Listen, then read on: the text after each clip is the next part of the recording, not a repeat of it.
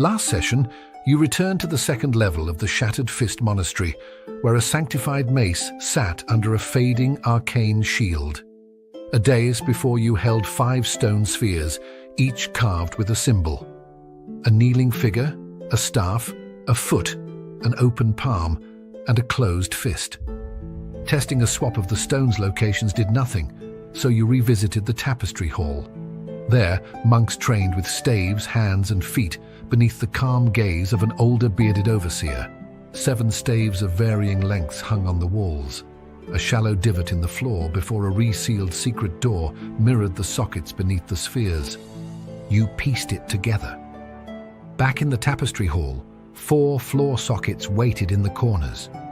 You placed the foot, open palm, closed fist, and staff in those corners, then set the kneeling figure at the door. A low thrumming faded. The ward dropped. Arden took up the finely wrought mace, and Kaiman declared it subtly sanctified. A pristine silken pillow beneath it, jarringly new, hinted that someone had tended this relic reverently. Exploring further, you entered a barracks with 5 collapsed shamblers and a skeletal monk sitting peacefully on a bed, arms crossed over a tattered journal. Arden's rites confirmed no lingering Crimson Miasma, and he cleansed the remains. Luminas recovered the journal and read it aloud. The monks had hidden an artifact after a calamity. One wounded brother stayed behind to conceal it and begged that the journal be returned to the Temple of Janda. You gathered supplies from a shambler's cache: lantern, oil, torches, rations, rope, a short bow, scattered coins and gems, and agreed to deliver the journal and consult Janda's faithful about the mace. You collected Tygol Greypage from his locked refuge and climbed to the snow-cloaked surface. As you emerged, a Gnoll warband and its hulking leader appeared across the clearing. You formed a semicircle around Tygol, archers taking the high ground, while Drac manhandled the anxious merchant behind cover. Longbow shots probed the distance. Then Luviel uttered sleep, and 4 gnolls slumped into the snow. The leader bellowed, woke one with a slap and a kick, and charged. Finn and Luviel's shafts buried in the brute. Dirk met him and cut him down. Luminas crossed the ice and sent a dagger into a sleeper's throat. Another gnoll raked John. Kaiman charged with a shouted oath and carved a fleeing foe deep. When the last survivor turned tail, Arden's slingstone cracked its skull from behind. With the field quiet, you found 5 pieces of jewelry among the bodies and reclaimed dropped gear. Snow thickened as you marched to Hearthhollow, reaching the Golden Flask by nightfall. Dina Wright welcomed you with the promised drinks. With a holy mace in hand and a dead monk's plea in your pack, you ended the night planning to deliver the journal to the Temple of Janda and decide the relic's rightful keeper.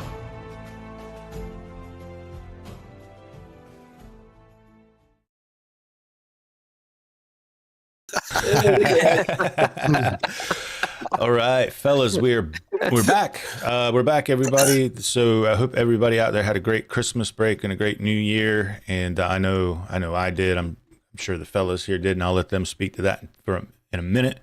But we're back in Aethoria. They have returned as of last session. They returned back to Hearthhollow, and they have been in a role-playing chat that we have in Discord, kind of taking care of some odds and ends.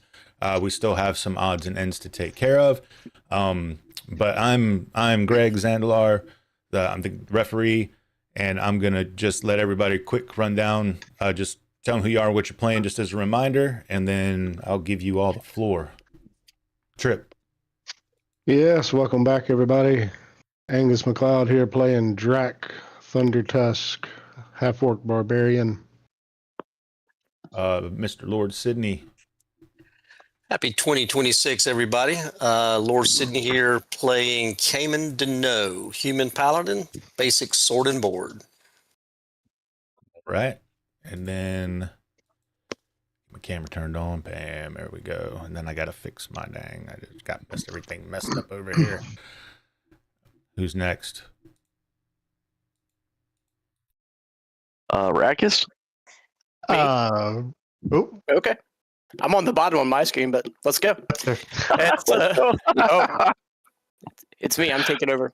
Raul. So I play Arden Kearney. It's a human cleric. Fancy new mace. It's awesome. And Lominus Thindelian, elf magic user. Still only one spell.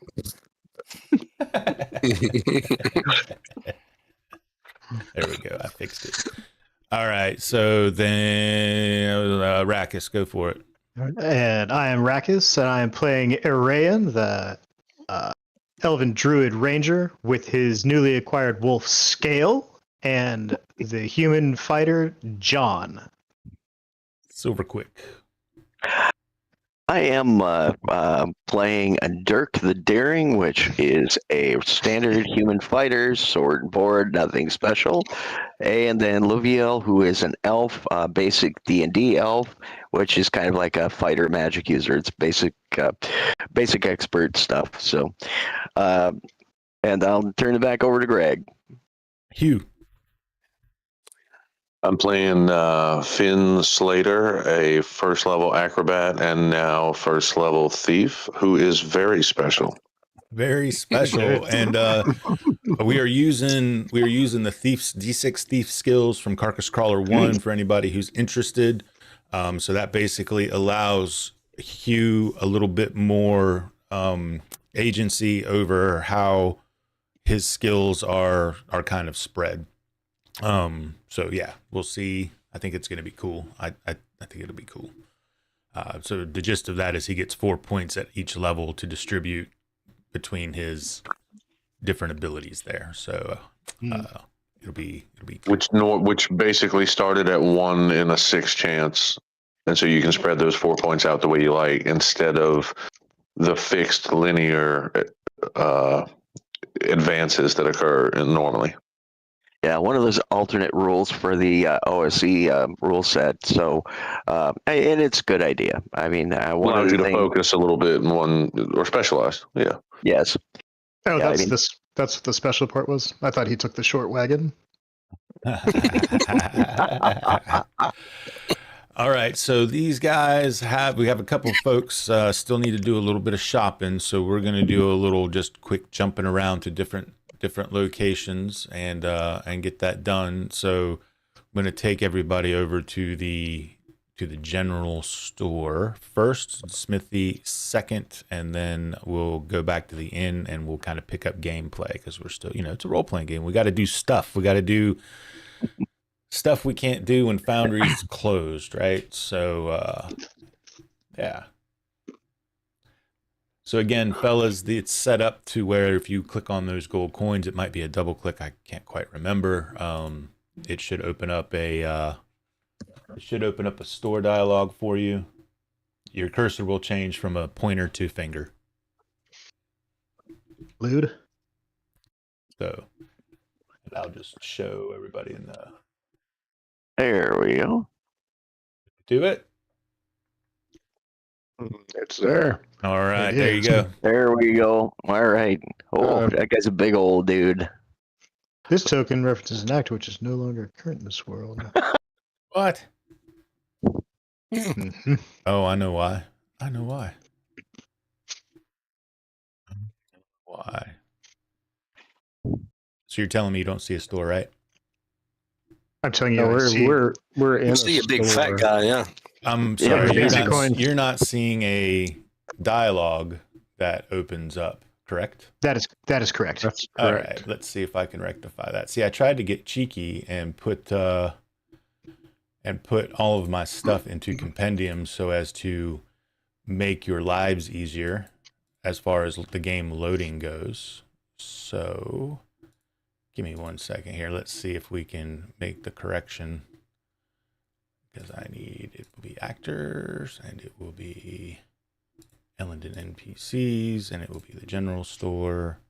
And I'm going to take that one and delete it. And I'll pull this in. And see if you can click on that now. Yep. There we go. All right, good deal. There we go. I did the fancy light thing to kind of make it more visible, but What's supposed to happen when I click on it? Because I'm clicking on it and Double click. Double click. it. Yep. Oh, hey. Double click it, and when you double click it, let's see if I do it over here. Double click it, and the store will open, and you will, this is the store of Ulas Queroth, and he has a bald head and gray eyes and a long bushy beard, rich pink skin, and he stands about 6'4", and he's very rotund, but he's also very soft-spoken and a very nice gentleman.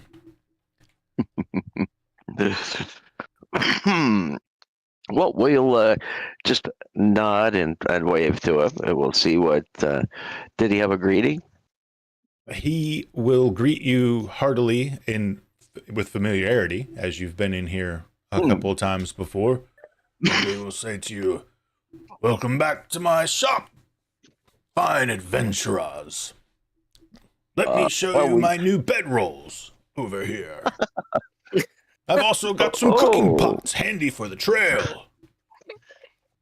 Firewood, in case you don't want to cut the firewood trees. if we're going north." Yes, I see you have a good selection that we normally would expect from you. I see you have some new bedrolls. Yes, you do. Well, you know what? I think I would probably take one of those. Dirk turns around and says, "Yeah, me too. I think I would need one of those." Kind sir, I'll have a bedroll, some rations, and I like that saw you have there. Oh, good point. We do need one of those. And you should just be able to click on whatever and purchase it. Yep. It will definitely auto debit and add to your inventory. Double check it adds to your inventory, but it should do all of those. How do I change who I'm shopping as? It does. That you can't do. You're just going to have to pass inventory because it's tied direct. It's because you're playing two characters. Yep. Are caltrips just out of season? No, that was actually supposed to be hidden. He just doesn't have them. Not here. You can find them, but not here.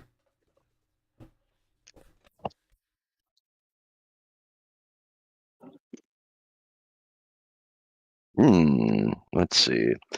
How much hardtack? Oh, I've got a good amount. All right. Let's see. I have 7. I have 1 week of iron rations, and I have 1 week of hardtack. So I think that probably okay on food.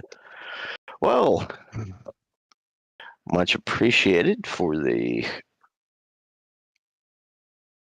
bedrolls. Good to see. A sledgehammer. Considering, but probably too heavy. Twine. Oh. Yeah, it's not giving me my rations. That probably fell under miscellaneous. Yep. Everything I'm buying is falling down under miscellaneous. Yeah, I had to move mine to my backpack. Not into the backpack. Yeah, it won't auto put it in the backpack. You got to do a little work, Dale.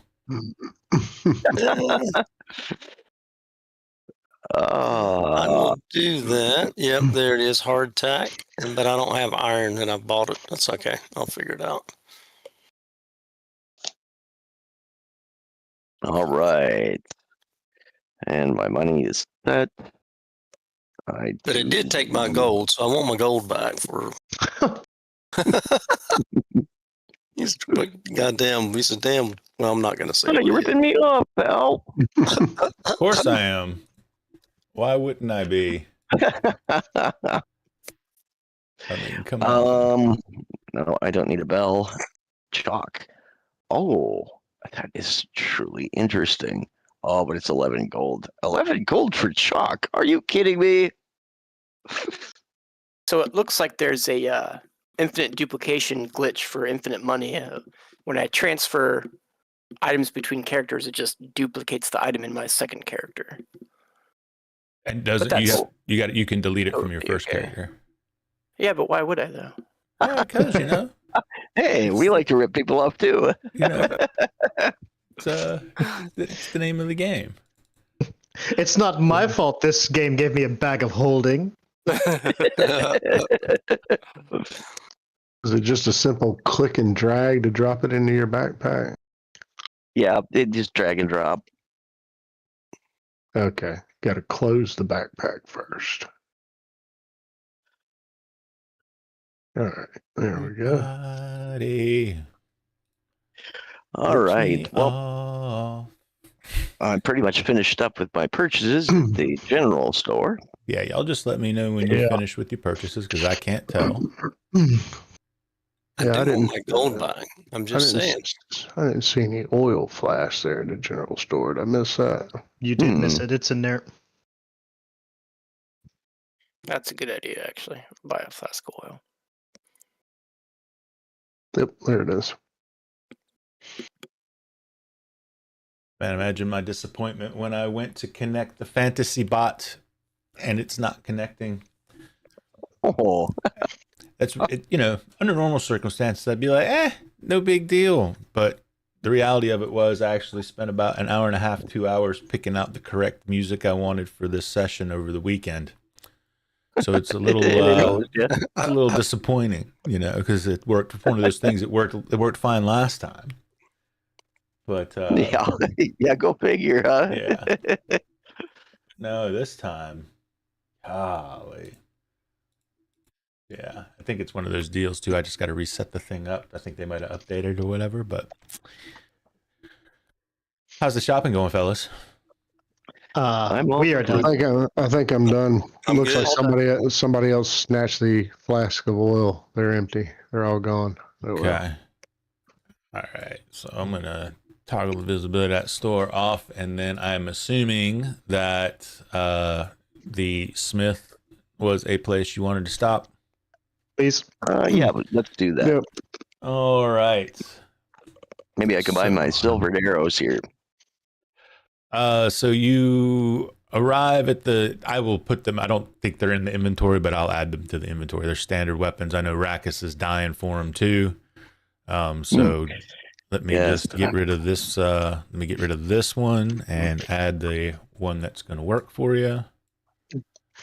There we go. Yeah, I can even make it a little bit bigger so you can see it. There you go.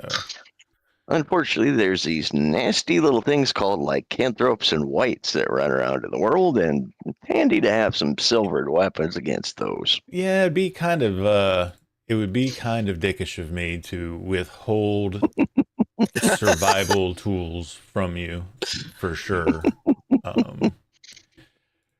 But when I was, I might not be ready for Friday. No, I'm just playing.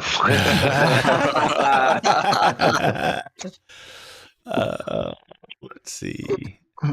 We will drop in. We'll do this. I'm just excited to see Greg. I heard he dresses up for tabletop stuff. Oh, cool.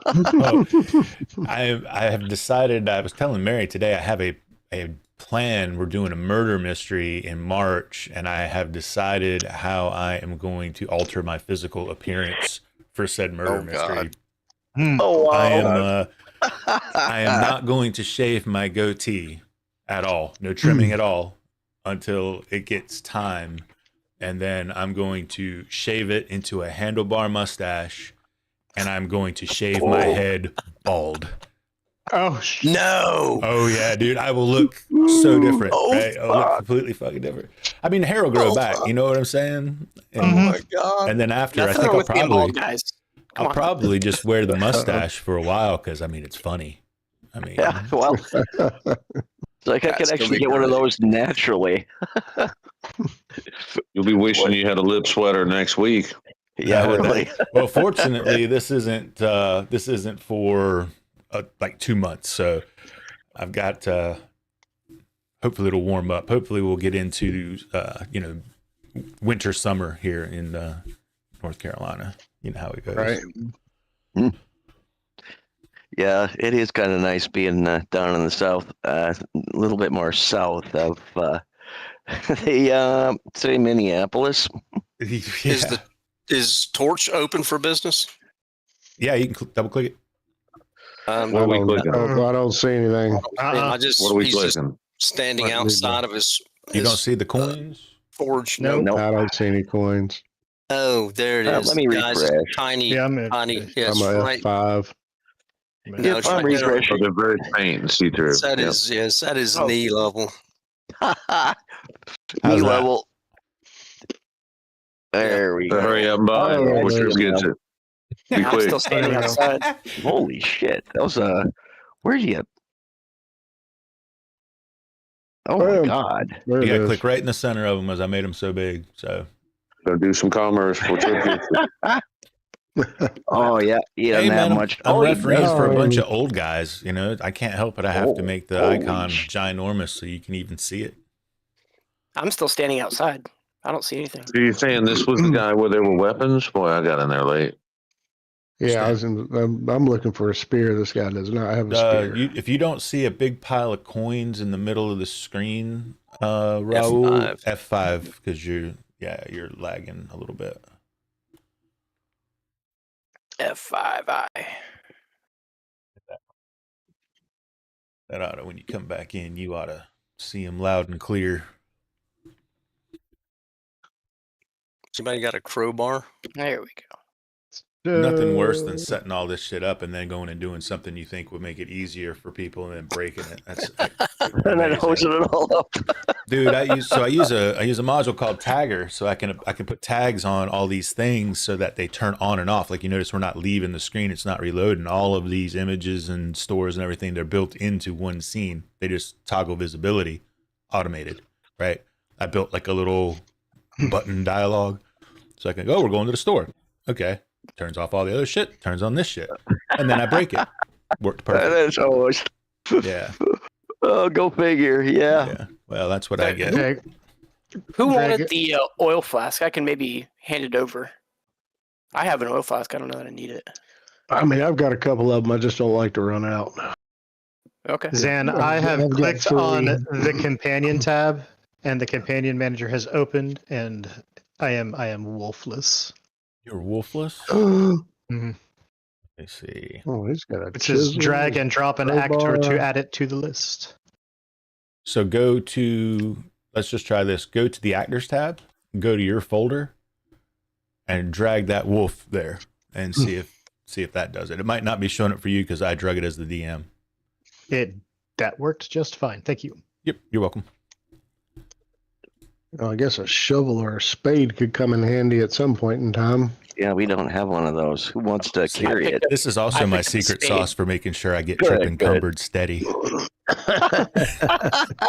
This is like DM psychology 101. Angus I is, think Lovin has picked this one up this time, so at least we've got one. The only other thing we could probably use is probably a pickaxe if that's available here. It's got a mining pick. That's it. Yep. Yeah, There we yeah, go. they don't have a pickaxe, but and remember, you do have a wagon and draft horses. That's now. right. So Yep. well, that's true. you got like some storage, and I made it a Uh, nice storage wagon. It's space. covered, weather resistant. Who's in charge of the wagon? I guess somebody's got that on their character sheet somewhere. I'd say the ranger probably has the best ability with horses, I right? can. Well, that's probably gonna really It doesn't encumber need, the With the point wolf. man I getting saw that through coming. it doesn't need to be on anybody's He's got it in character his sheet. backpack. It is just a My joint animal husbandry responsibility of is everybody. limited to canines. Sir.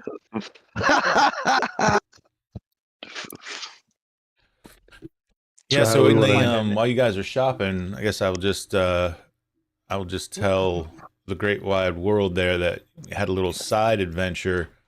Or why don't you tell him? Why don't you tell him, Rackus? Why don't you tell him how you have a wolf? It was your thing. I went out into the woods and I got a wolf. Well, that sounds exceptionally lame. It was definitely not that lame. It was not that lame. It wasn't that lame. It was pretty rad. I did go intentionally searching. I did go into the woods intentionally searching for wolves. He did.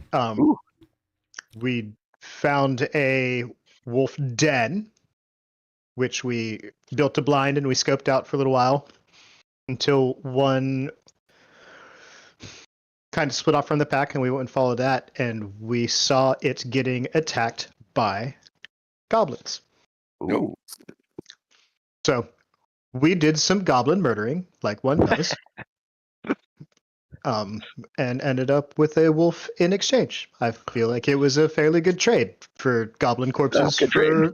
for wolves. That was a lot Nice. less lame. Trade. Good trade. I think so too. Yeah, a lot less lame. How are you guys doing Yeah. on this store? Done can't- here.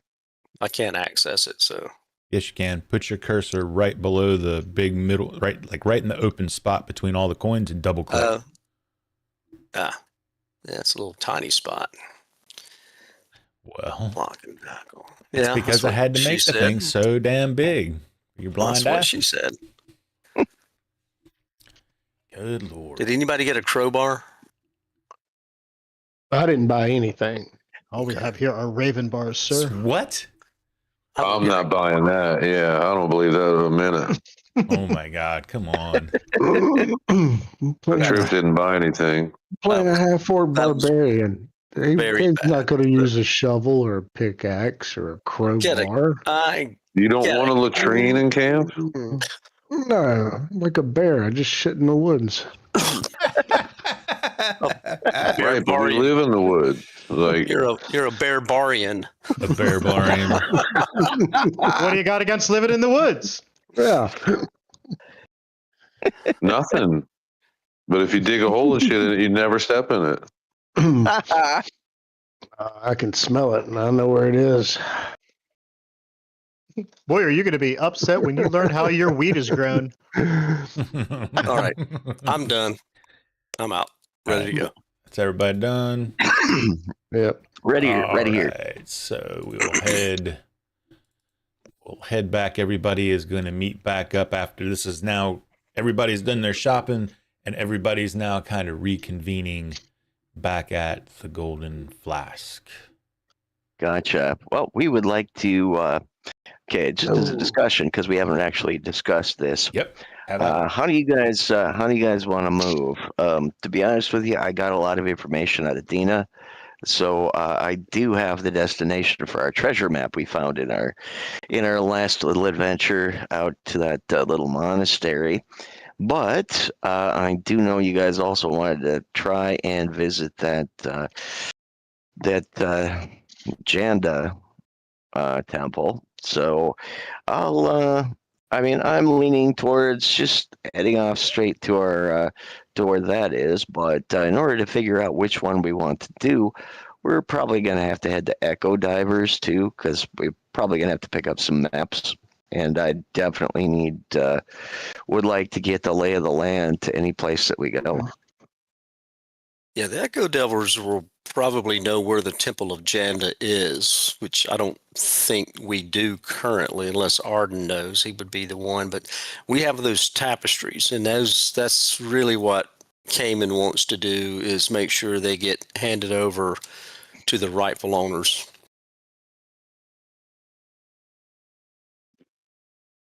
Yeah, no, Arden does not know where the Temple of Janda is, but wants to go to the Echo Delvers to discover the location of the Temple of Janda. Yeah. As the brother Harlan indicated would be the best course of action. Well, I was going to convert some of my gold pieces to gems. Didn't we just do that on the spreadsheet? I mean, No, on that'd be the sheet here. jeweler. But yeah, I need to actually go to the jeweler to do it. No, you don't have to go to the jeweler to do it. Just do your math and shoot me a private message in the chat, and we'll take care of it. All right, cool. Drax thinking about this while you guys are talking. I'm carrying a whole lot of crap here. While you guys are having your conversation, Alara comes over to the table. Afternoon, lasses. I mean, lads. Would you like anything to eat? Drink? I think I already ate, but I can always go with an ale. Dirk says. I never turned one of those down. Want anything, Luviel? Luviel turns around and says, yes, I suppose I can indulge as well. One ale for me. Mutton and ale for Arden. Mutton and ale for Arden. Anyone else? Lominus is reading the journal. Okay. You still have it, ale right? for Arayan and John, and a slab of raw meat for Scale. Okay. Mutton and ale for Cayman. Okay. Yeah, I'll do a mutton and 2 ales. Okay. There you go, Barbarian. She she scampers off back towards the kitchen. It's pretty sparse in here. You know, I'm gonna bump the time forward just a bit. We're gonna say it's been a couple of hours since the while you're out shopping about, but it's pretty sparse in here. Iraean squints his eyes suspiciously as he senses the change in the nature. You have grown kind of used to the ebb and flow of the day to day here in Hearthhollow with the miners coming through in the morning. Some of them, you know, having breakfast and then heading off to the mines. It's a little busier at midday, but you're kind of right in the lull between morning and an afternoon. So there's only a handful of people. There's plenty of privacy. You're free, you know, would be free to discuss whatever.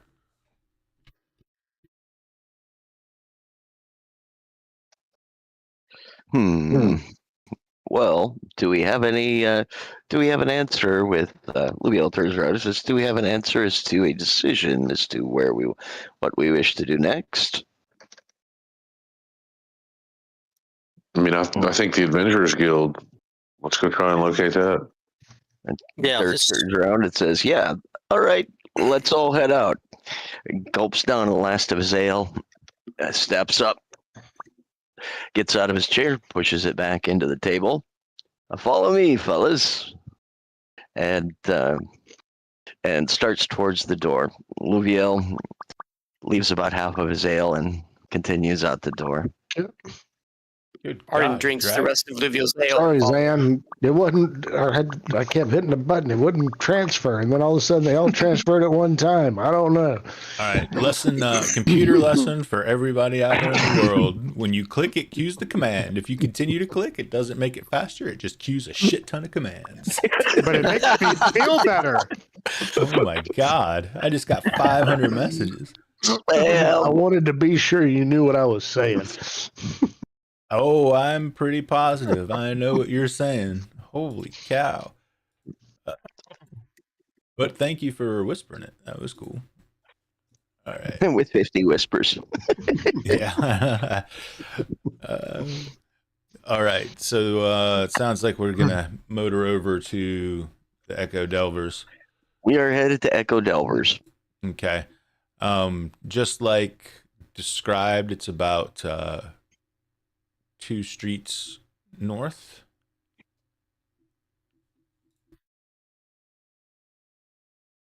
And there's definitely a little bit of, I think it's catching up from the spam of the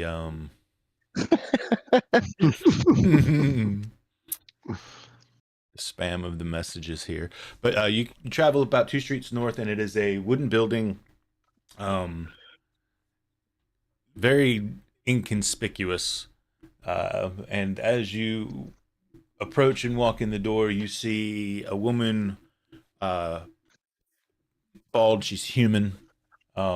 She's leaned over a table talking with a dwarf, and they appear to be looking at a map. And there's some other folks back in the back as well. Mm-hmm. But as the door closes behind you, she turns her head and looks to you, and she greets you, and she says, greetings. Welcome to the Echo Delvers headquarters. I am Caradin Scratist. How can I help you? Lubiel steps up and says, we are in need of some information. We have, in truth, 2 requests due to one of our recent adventurers that led us to a small temple or a small monastery that used to belong to the old Janda faith. And secondly, we had heard of a destination that we are looking to go to the northern lands. I believe it's Tilvaran, that we may need some understanding of things. But we also have a map that we might like to get looked at. Do you have anybody here that can handle those requests for us? Well, I'd be the one that you would talk to. We're I will go ahead and allow Arden to speak on the matter of the Temple of Janda. Yeah, Luviel turns around, looks to Arden, and says, "My friend, go ahead, state your request." So we recovered this mace. Arden produces the mace and a journal of monks, apparently, according to the faith of Janda. The journal instructs us to return it to the Temple of Janda, and we seek to do that to lay these relics to rest. Do you have any information on the whereabouts of this Temple of Janda? Well, that's very peculiar. The Temple of Janda is, well, it's not a place that many folk seek to find, not for any nefarious reasons, mind you, but just because it's off the beaten path, if you will. It's east, down the old ruined road, into in the old swamps. However, you're the second folks this week to stop through here inquiring about that location. Ooh. Well, Luviel asks, is this faith still alive? It sounds as if you're speaking of a dead faith. Oh no, the Jandan monks. So I'm assuming you were at the old monastery. Yes, we managed to clear the old monastery of the evil that was infecting it, but we also found several things that technically belong to the Temple of Janda. And unfortunately for us, we have a do-gooder in our party that just cannot rest due to his faith, and we would like to have kept these artifacts, but Take care, we my must friend. do Take it. care. Damon cuts an stink eye over. Like, really? You have more than one do-gooder in this faith. Exactly, Arden. Uh, Arden and I look at each other and look back, and it's like, huh. so, The Shattered we are Fist unfortunately- Monastery was established centuries ago, but it was beset upon. Well, it wasn't really beset upon. The story actually is that the monks, out of their kindness, fell afoul of a curse that afflicted some travelers that were passing through. They tried to give them shelter, and well, I'm assuming if you've been there, you've discovered the outcome of that. It's very impressive. We've sent a few adventuring bands that way, and they've returned licking their wounds or not returned at all. Whether they failed in their endeavors there or turned tail and ran, whichever. But yes. So that order of the Jandaeans was more of the warrior monk variety. The Temple of Janda, like I said, lies down the eastern road in the mire of still waters. They're known for their healing spring there. It's a location in the midst of the swamp that has one clear spring, and the Jandans believe it to be special or holy, if you will. But that sect of the Jandaeans is more meditative, introverted, reflective, not so much warrior-like. But they do still exist. There are not many of them, but they are there. All right, the East Road, how far up would you say? How many miles? Probably 10, 12 miles. About 12 miles? All right, so possibly maybe a day's journey. Can you tell us who these people were that asked about the Temple of Janda? Yes. Strange fellow, merchant. Just one? No, he had a retinue with him, but they were nothing special. But yeah, he was a merchant. He said that he had heard that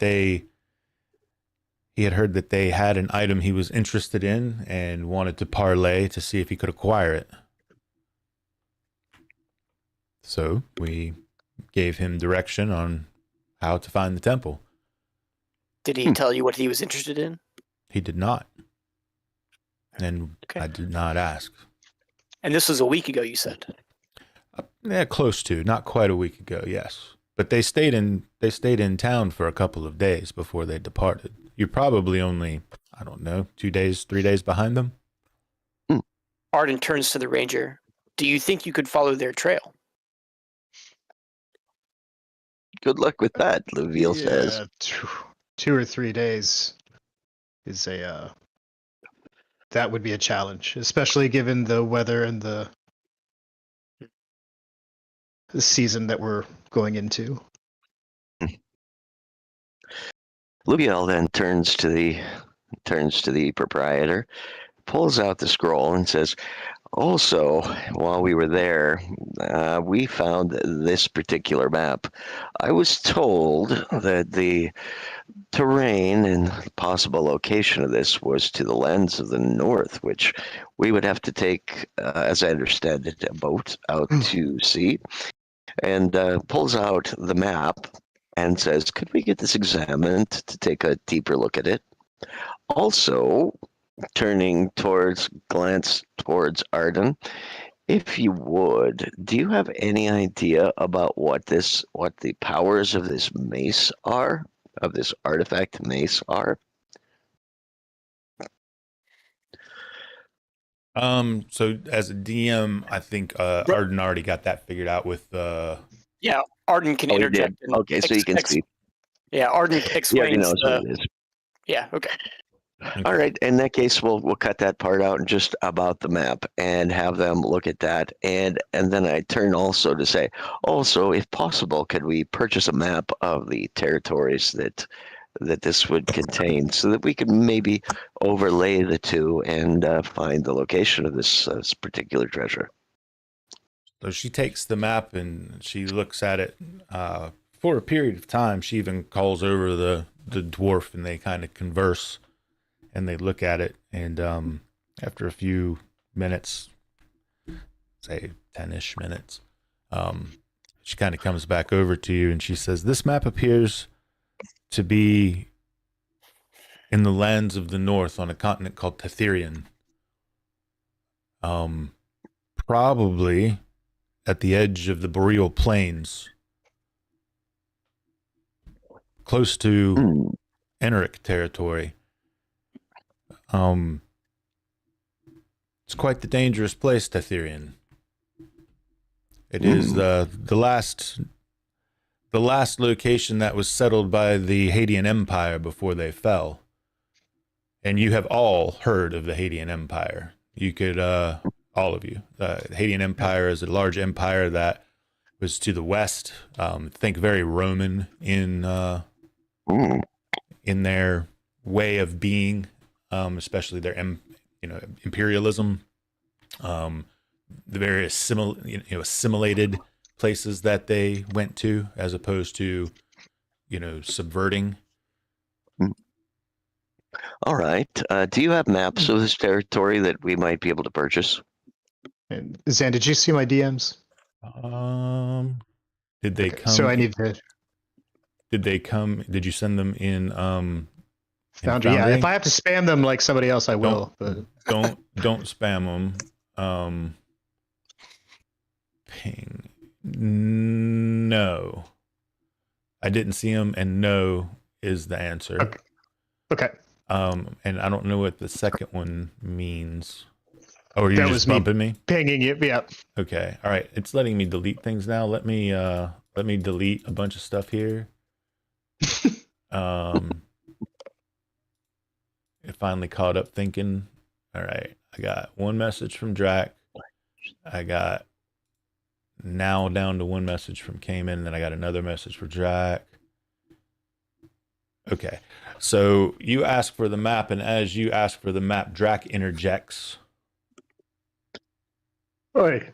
So we found this tapestry. I'm just curious, is it worth anything? Or do you know anything about this orc on it? And he rolls it out onto the floor. Those are definitely monks of the Jandaean order, but I'm not sure who the the orc may have been, though I understand why you might be asking. What about the king?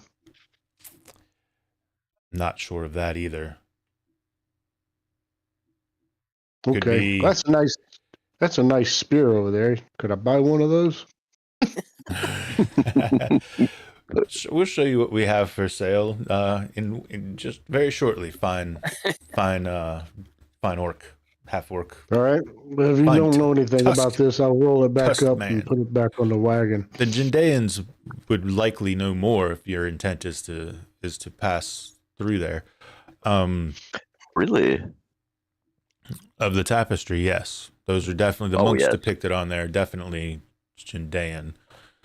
John looks to her and says, "Is there a library in town or a place of learning?"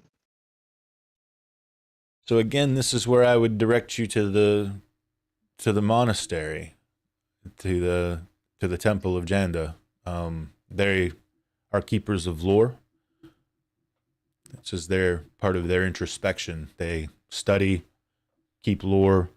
I mean, we have some lore. It depends on what you're looking for. What are you looking for? Well, just if there was any to help my friend here with the king or the orc on his tapestry. Oh, nothing here for that, but definitely the Jandaeans would be able to help you there. As far as the map that you're looking for of Pythian, we can definitely provide you with a map of the southwestern portion where there's one major city up there called Valkengard. And we do have a map that has the location of Valkengard, which of course is where everybody's gone. And I'm sure you've heard that Valkengard about 2 years ago started putting out calls to adventurers to find and loot the Castle Tharganon. I don't know how much you know of Pythian, but very interesting recent history they have there. Very well. How much would you like for this map? For the map, well, you have to understand these are hard to come by. However, there aren't many adventurers that come through looking to go there. Well, I mean, some, but not many. Let me check with my scribe to see if he can at least make a rudimentary copy quickly. Yeah. And Very well. We'll see if we can work a That'll deal work. that way. Will that work? That will be fine. Okay. In the meantime, I will offer. Let me see. I'm going to drop it right beside of her, I think. Eamon would like to ask a question before she goes to the back whenever you're ready. Okay. And I just want to make sure. Can you guys see that that pile I just dropped on the screen? Where did you drop it? Oh, it's over right by the spears. Oh yes, right It's where the super weapon tiny. rack, Yep. where the weapon rack is. Oh, I see it. Yep. Okay. Yep. Got it now. Hold on, I'm not back yet. Trip's gonna buy everything. Yeah. Oh. Ooh. Some potions of healing in there. Yeah, everyone. Ooh, Ooh. Potion of what? Oh, Wait a minute. You got spears on the wall, but there are no spears for sale. I'll put one in there for you. I know you lost yours, and I'm not going to do you dirty, my friend. I did forget that I burned it. I did, honestly. Yep, you did burn it. I Yep. did burn it. How about some silver tip spears? Burned it up. Caltrips. There's no silver tip spears. Sorry look about at that. that. Spirit just magically appeared. Woohoo. And caltrips are just out of season. Oh, I man. said there were no so there were no silver tip spears. Oh, yes, that is that expensive. full plate's looking good. Oh. Well, sadly, I don't quite have enough for a healing potion. Yeah, I don't know if it's worth 400 gold for a healing potion. Yeah, unless we contribute, we all chip in a little bit. That's I just true. bought We one. might want to do that. You know what?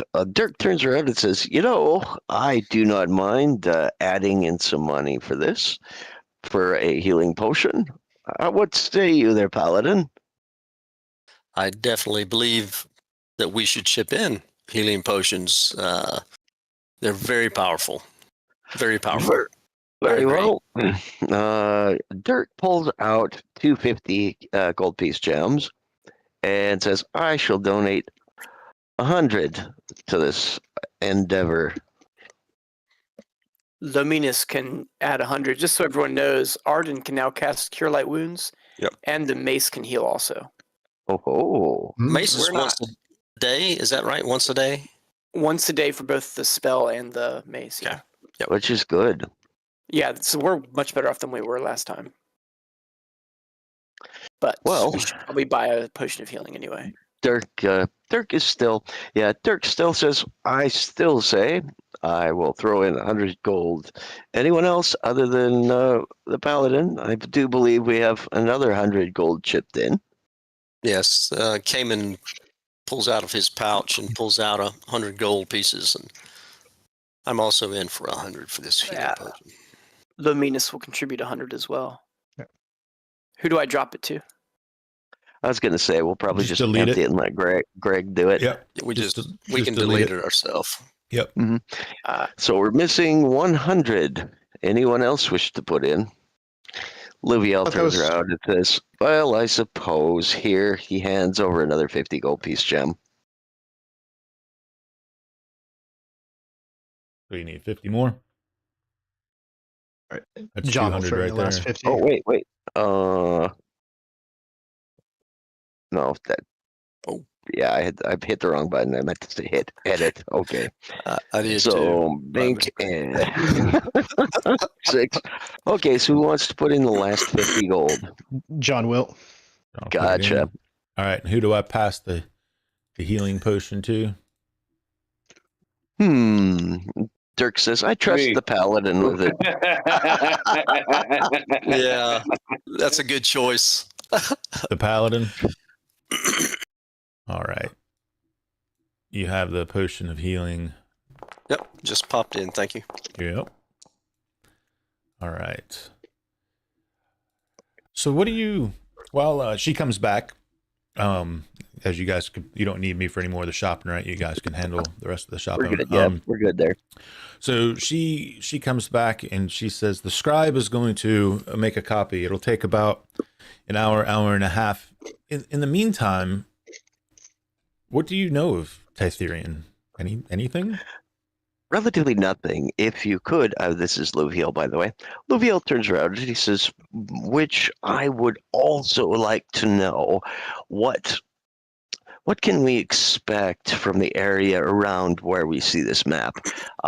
Do you know about, say, possible creatures that we might experience there, lay of the land, possibly legends that might be known there, all of which might be, of course, handy to us, including any lore. So we would definitely be grateful if you could aid us, at least in that.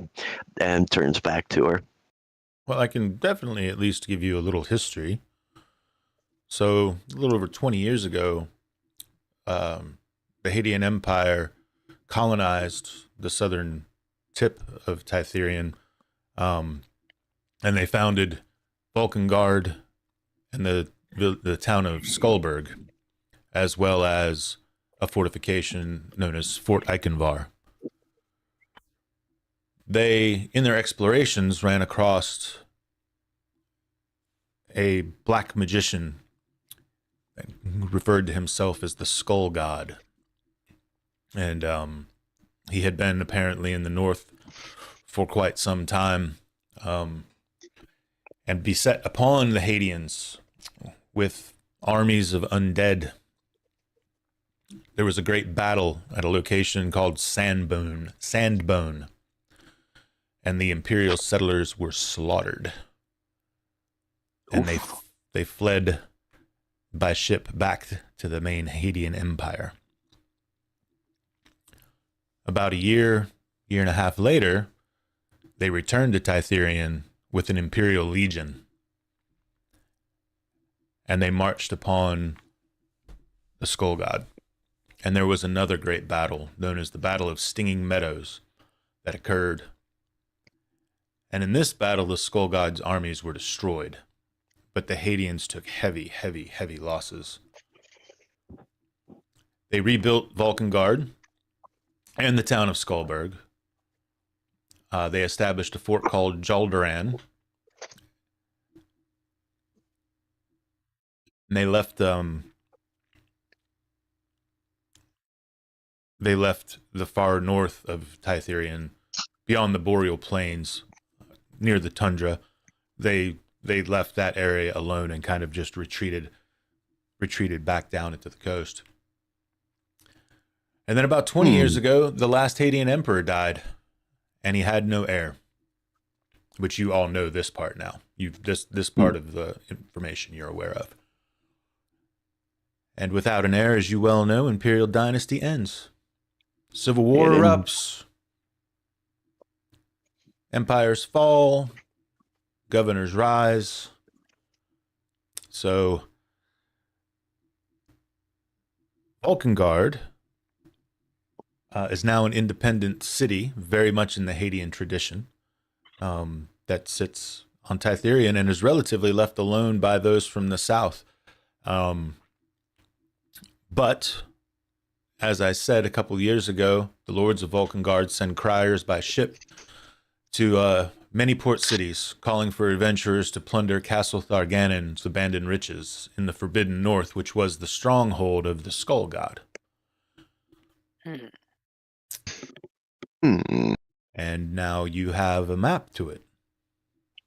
Very well, very well. Well, we will, or we'll continue to wait for the map, and since we've pretty much finished up, it looks like we finished up our buying here, and after that, we'll go ahead and stock up the wagon, drop our supplies into our new wagon, and then we'll begin heading, I think, east towards the Temple of Janda. After that, then we'll probably, at least for now, stop into the monks. And after that, we'll probably head over to the seaport to chart a location or chart a ship to Tilveron. By the way, does anybody have any objections to doing that? Before we leave, I do want to ask the Echo Delver, what's her name? Caridian? Mm-hmm. Caridin? Madam Caridin, may I ask? He came in bows, in a polite bow as you would expect. Before we depart, are there any other duties or causes along the road that may require our aid as we head toward the monastery? Not that I'm aware of at the moment, if you've taken care of the monastery to the north, as you indicate. Excellent. Just wanted to make sure if we could help you in any other way. My gratitude, Master Paladin. All right, and what we'll do now, we'll take our break, and we'll be back in a few minutes. Yeah. All right.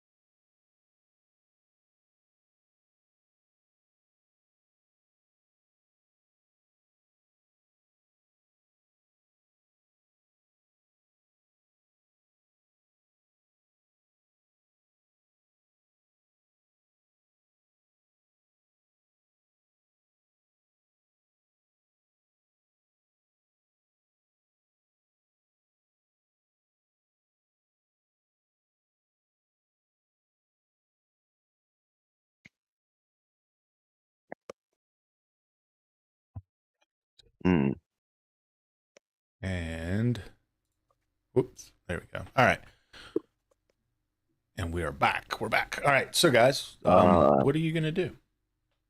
All right. So what we'll probably do is now just after we obtain that extra map, and we've got all of our things that we need, we're going to go ahead and pack up the wagon, drop all of our extra stuff on the wagon so that we're all nice and light loaded. And we're going to go ahead and start off towards the east, towards that Temple of towards the Temple of Janda.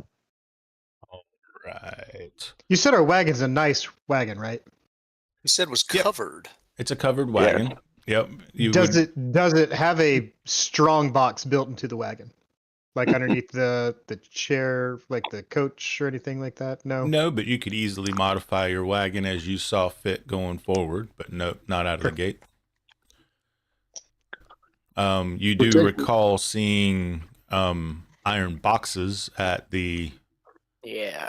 I can't remember if it was at the Smith or Smith. It's at the Smith. The Smith had the iron box, yeah. Yeah, and 30 gold pieces you can buy an iron box. yeah, so We you should could- grab one of those on the way out of town. Okay, I won't make you go back to the store, but who's gonna spring for it? I'll spring for it. Okay, let me and I'll drop it in your inventory for now. Drop it in John's, please. Yeah, John's inventory. Okay, hang on. Let me. I think it's in here. Would you like a large iron box or a small iron box? I would like a large iron box, please. That is the one that is 30. All right. Thank you so much. So we're gonna go to John. Are If locks you- separate? If you would, yeah, locks are separate. I will also purchase a lock, which is probably more than the iron box because it's complicated. It is 20, and it comes with a key. Okay. All right, so that'll be a total of 50 gold. And I'm going to drop the lock in first. So he's got the lock, and then the, let me find the box again, box large iron. There we go. He has both of those now, which, of course, will be in the wagon. Yes. And all right, cool. Sorry if I clicked on something you were clicking on. I didn't mean to. Out of the character sheet now. All right, cool. All right. So, Are we leaving we're taking the wagon with us when we go to the Janda Temple, right? We're not just leaving it. Yeah, well, that's how we're going to get there. Okay. Did we All right. buy feed for the horses? I I didn't see anybody that sold feed. we'll True. say you did Wow. buy feed. I don't even think I have an item that is feed, but we'll toss it in the wagon. Yeah, we'll say you have. Yeah, we can let them graze on the way too. So, all right. So, All right, well, let's start off to the Temple of Janda. We'll let them graze on the way. Checks weather. Snow. -9 degrees Fahrenheit. Yeah, yeah, it's cold. It's definitely, I'm glad you said it. I'm glad you said it. definitely cold. And The ranger just rolls his eyes. Yes, we'll let them graze. just as a reminder there. So it's the time is actually, we're going to advance the time because it was an hour and a half for the scroll, map, yeah, and then for the map. time taken. So I'm going to advance 3 hours. So it's about noon as you set off. And then I'll actually delete that panel I just put in there, and I'll put the fresh one in that's got the correct time. So it's about 12:53. It is a sustained snowfall, and it's cold, -9. Ouch. So it's very chilly. I turn around to the party. Dirk turns around to the party and says, should we wait until tomorrow? Hope for better weather?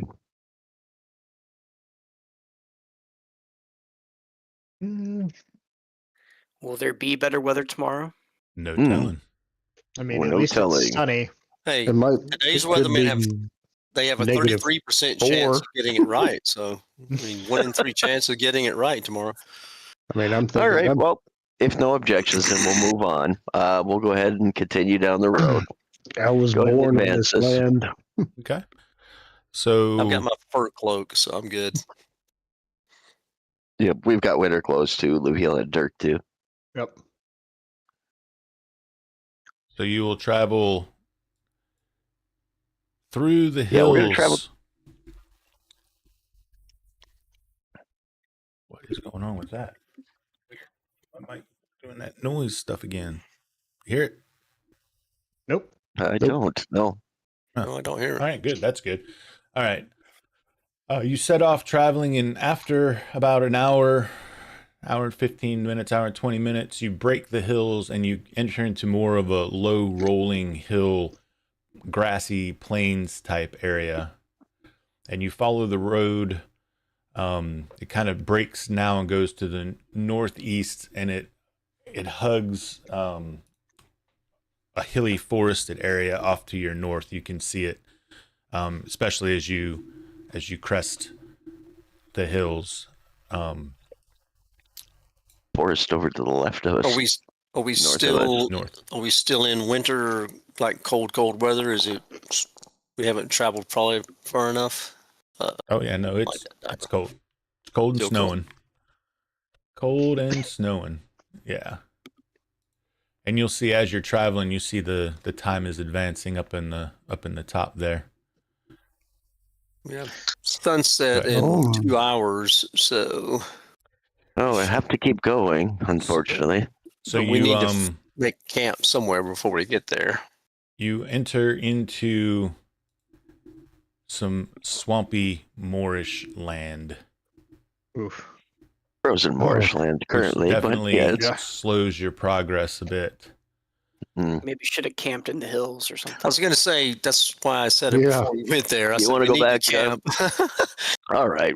If you want, we can move back 1 square and then camp in the. Sunset's at 5:51, and we're at 4:29 right now. Okay, so we're gonna Yeah. All right. gonna go back into the hills a Yeah. little bit. Yeah, let's. We'll move back into the hills, Okay. and we'll go ahead and set camp there. You move back into the hills and you start making preparations for camp. What are those preparations looking like? All right, so what we want to do is we want to go ahead and set a fire, and then we're going to set a watch schedule. Luviel doesn't have any spells to memorize, so he and Dirk volunteered to take the first watch, and then we'll move on to the next pair of whoever else is taking the second watch. Who wants to take the second watch? John and Cayman- Ryan can. Or John and Cayman Ryan can. take the second. Cayman's going to go start cutting firewood. We need that fire to stay all night, and then, so I'm going to use my saw and start going out and cutting local wood. Okay. Also, Alright, if someone can hunt up some food, Arden's a chef; he can cook it.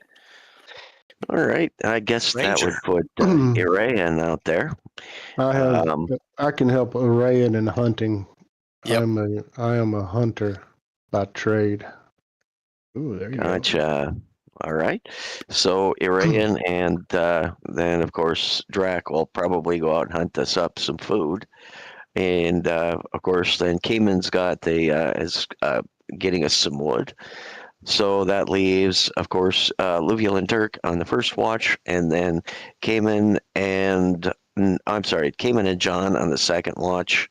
On the third watch, probably Arden, and maybe probably Luminous Sure. to keep continuity. And then the last watch, morning watch, will be Drac. Drac and Irayan. So What? Ryan and Yeah. So Go I'm ahead. going to repeat back as I Sounds good to me. understand it. So you're going to find a nice little place off the side of the road there in the hills. Cayman, you're going to start fussing around looking for firewood, using the saw to kind of break some wood down to get some heat going for the evening. Arayan and Drac are going to go out and see if they can find any small game. And we'll handle all of those things first. And then as far as watch goes, I've got Louisville and Dirk first, Arayan and John second. Correct. And then who was third? Arden and Luminous are third. Arden and Luminous. Okay, we'll be third. All right, cool. So, first and foremost, Cayman, you have to travel a decent distance, probably about a half of a mile, really, to get into some good, wood. You could mess about looking for scrub because again, you're in some hilly grasslands. There's definitely a tree here and there. There's some scrub brush, but you cut this down, it's all going to be, fresh wet wood. You can go, if you go about a half of a mile, you can get to the edge of the wood line. And you could probably accompany Arayan and Drac that far unless they're going to hunt in the plains. Yeah, I was going to say that would be a good idea if I traveled with them and then I paired off. Dirk will accompany Cayman. Okay. I think it's going to drive me nuts. Hold on, I got to tighten it. It's getting like my fan's kicking. Luminous will be setting up camp and memorizing spells. Arden will be tending the fire, getting the butcher knives ready. Okay. Finn, are you going to do anything in particular?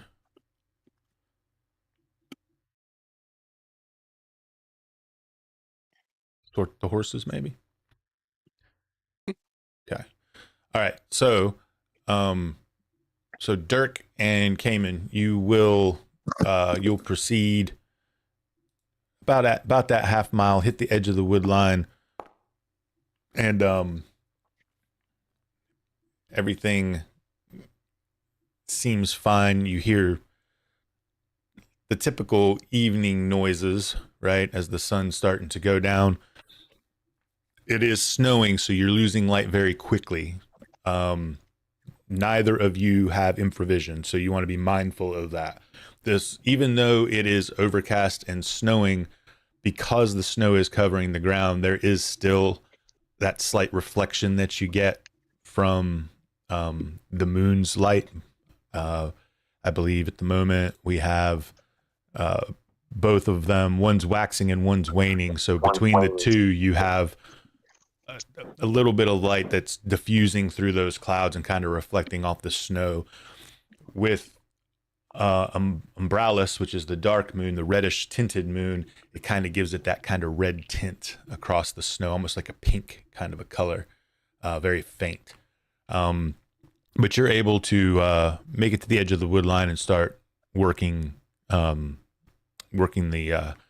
standing dead trees, as well as finding some limbs and boughs that you're able to start breaking down with the saw.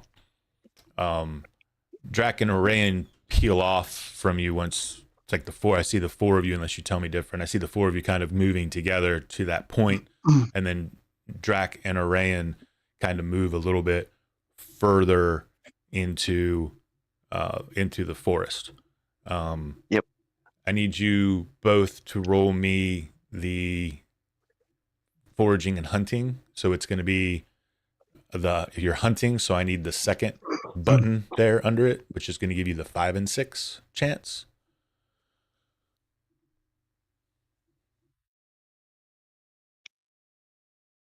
And you'll see it under your abilities. Ooh, that was blind to me. Blind GM roll. Oh, whoops. Private You want it GM as a roll? private GM roll? Private. Okay. Yeah, no, yeah. Private or blind? I'm just curious if I have to roll anytime. So I had to, yeah. All right. So both of you will, you both almost simultaneously spot a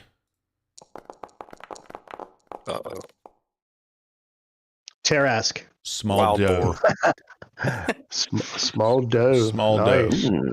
And she is currently bedded down, kind of tucked in. Bambi. You know she can't be the only one there, right? There's got to be more of the deer. You just can't see them, but you can see her. What do you do? I'm going to hide in the undergrowth next to Aaron for a moment. Aaron, is it Arian? Arayan. Arayan. So that we can speak for a moment. I could try to move around and look for more. You have the bow and arrow, and you're a damn good shot. I just have axes. Best case scenario, I could run it down. If you can wound it. Arayan whispers, I think there may be more bigger. I'm going to try to sneak closer. Okay, I've got move silently. But the way it's described in here, I don't really understand it. It just says, may attempt to sneak past enemies. Yep, you have a D100 roll. You have to roll less than a 20. Less than a 20. Yeah, so Okay. you're hunting that doe. So that doe is currently your enemy. Mm-hmm. I have a 3 and 6 Arayan, chance of you have hiding and moving silently. You have a 3 and 6. So you basically a 50% chance and a 20% chance if you want to move closer on it. How far away are we? Approximately. Maybe 75 yards. And Oh you're shit. Okay, we're all right. Which way's the wind? Which way's the wind blowing? Are we above it or below it?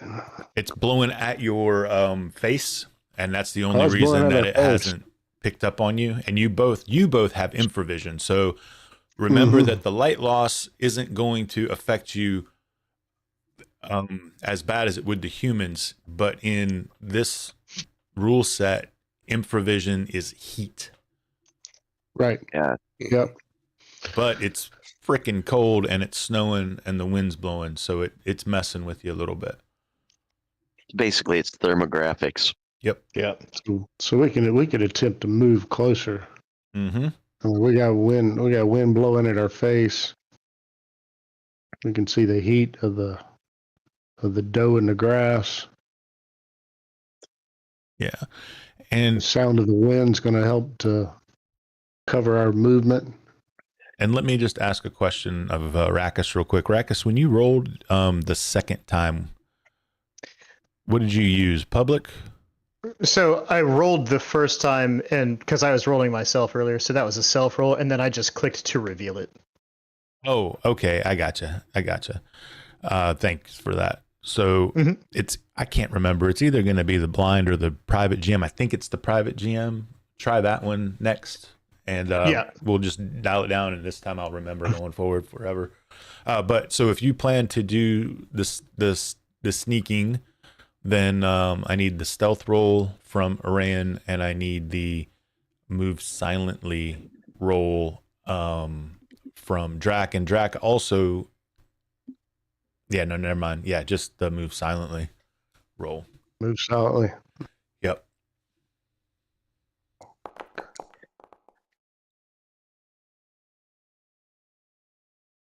Okay.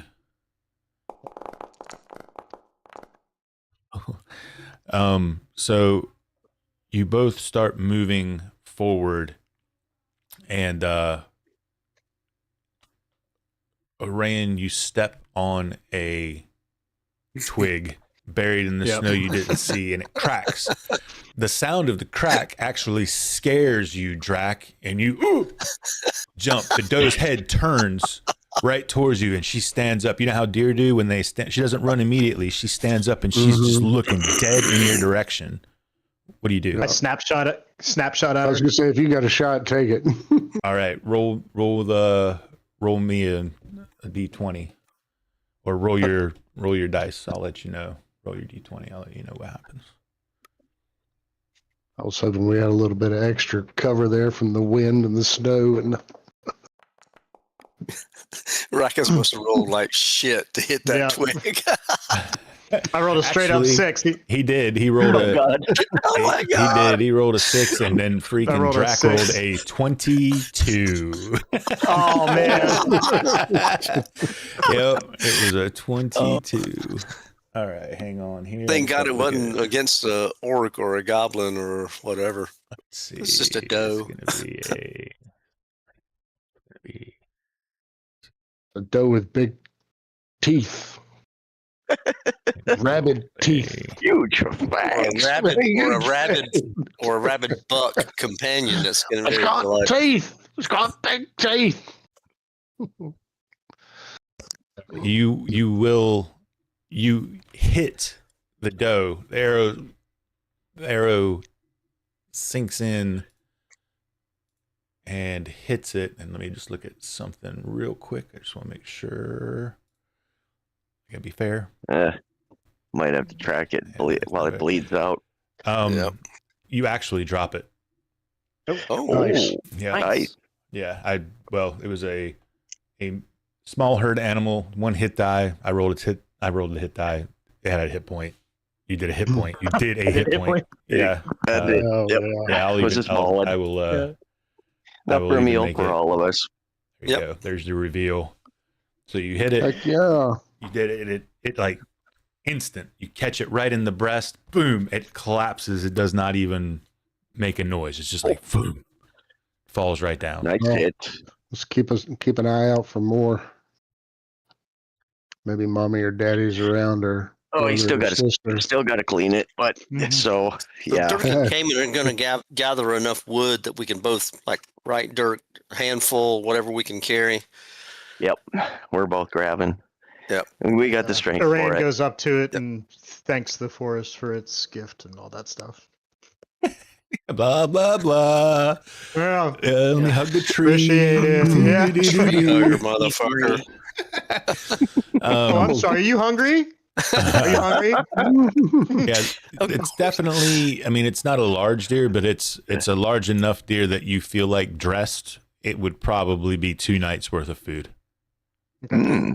Very It nice. ain't going to spoil in -9 weather. Yeah, exactly. That's Not fair. like it's gonna spoil. Are it. you two going to head back, or are you going to push on? No, I think we No, we'll head survey back. this. No, Okay. we got swamp coming up. Our If we We're could, gonna head if we could catch another deer before we hit that swamp, the extra food would definitely benefit the party. We can at least keep our eyes out for a little bit. We still got some time, don't we? What time is it? It's 5:11 and sunset's Yeah, 5:59. We've got Yeah, I enough was gonna rations say. too. Yeah, I think so too. We'll head back. Very do, well. I think, Dirk, we should head back. do you, Dirk and All right. Cayman, do you wait for them to return before you start heading back, or do you head back just the two of you? You know, why don't we hang out, wait for Let's them, do. make Yeah, sure they get there. We know where Then they we'll go back to the departed, store. and they're going to probably come back to the same spot. So yeah, we'll wait for them Okay. on the trail. I skin it too, so I've got the deer pelt also. Okay. So all of Let's just take it all back of to that. camp and clean it, so we don't have to spend time here. Mm-hmm. Yeah, definitely do it at camp. Yeah, let's do it at Not camp. that I'm there. That's. I'm sorry. You That way got- that way we're not leaving any debris behind for any kind of predators to sniff up on. I don't know if you know that there's a predator laying by the campfire.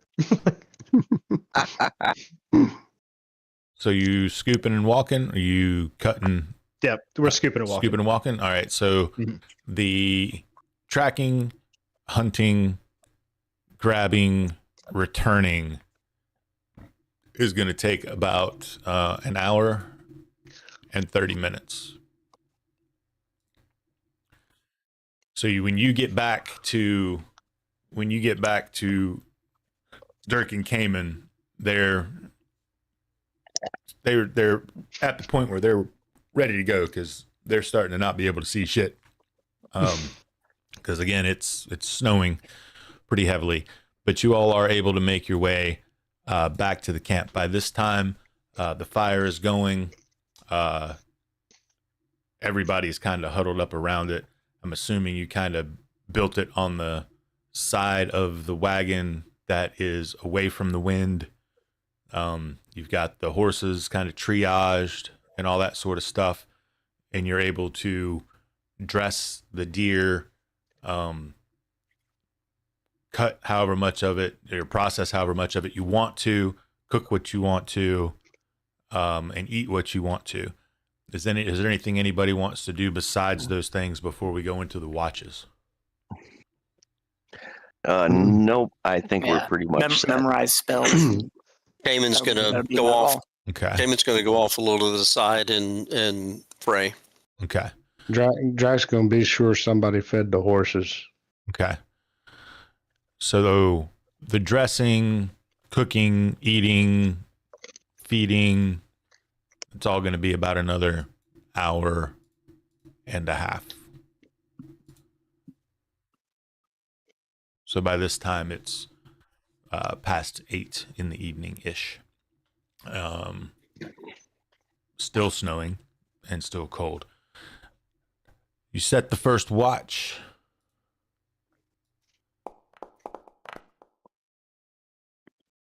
Uh-oh. Rut-row.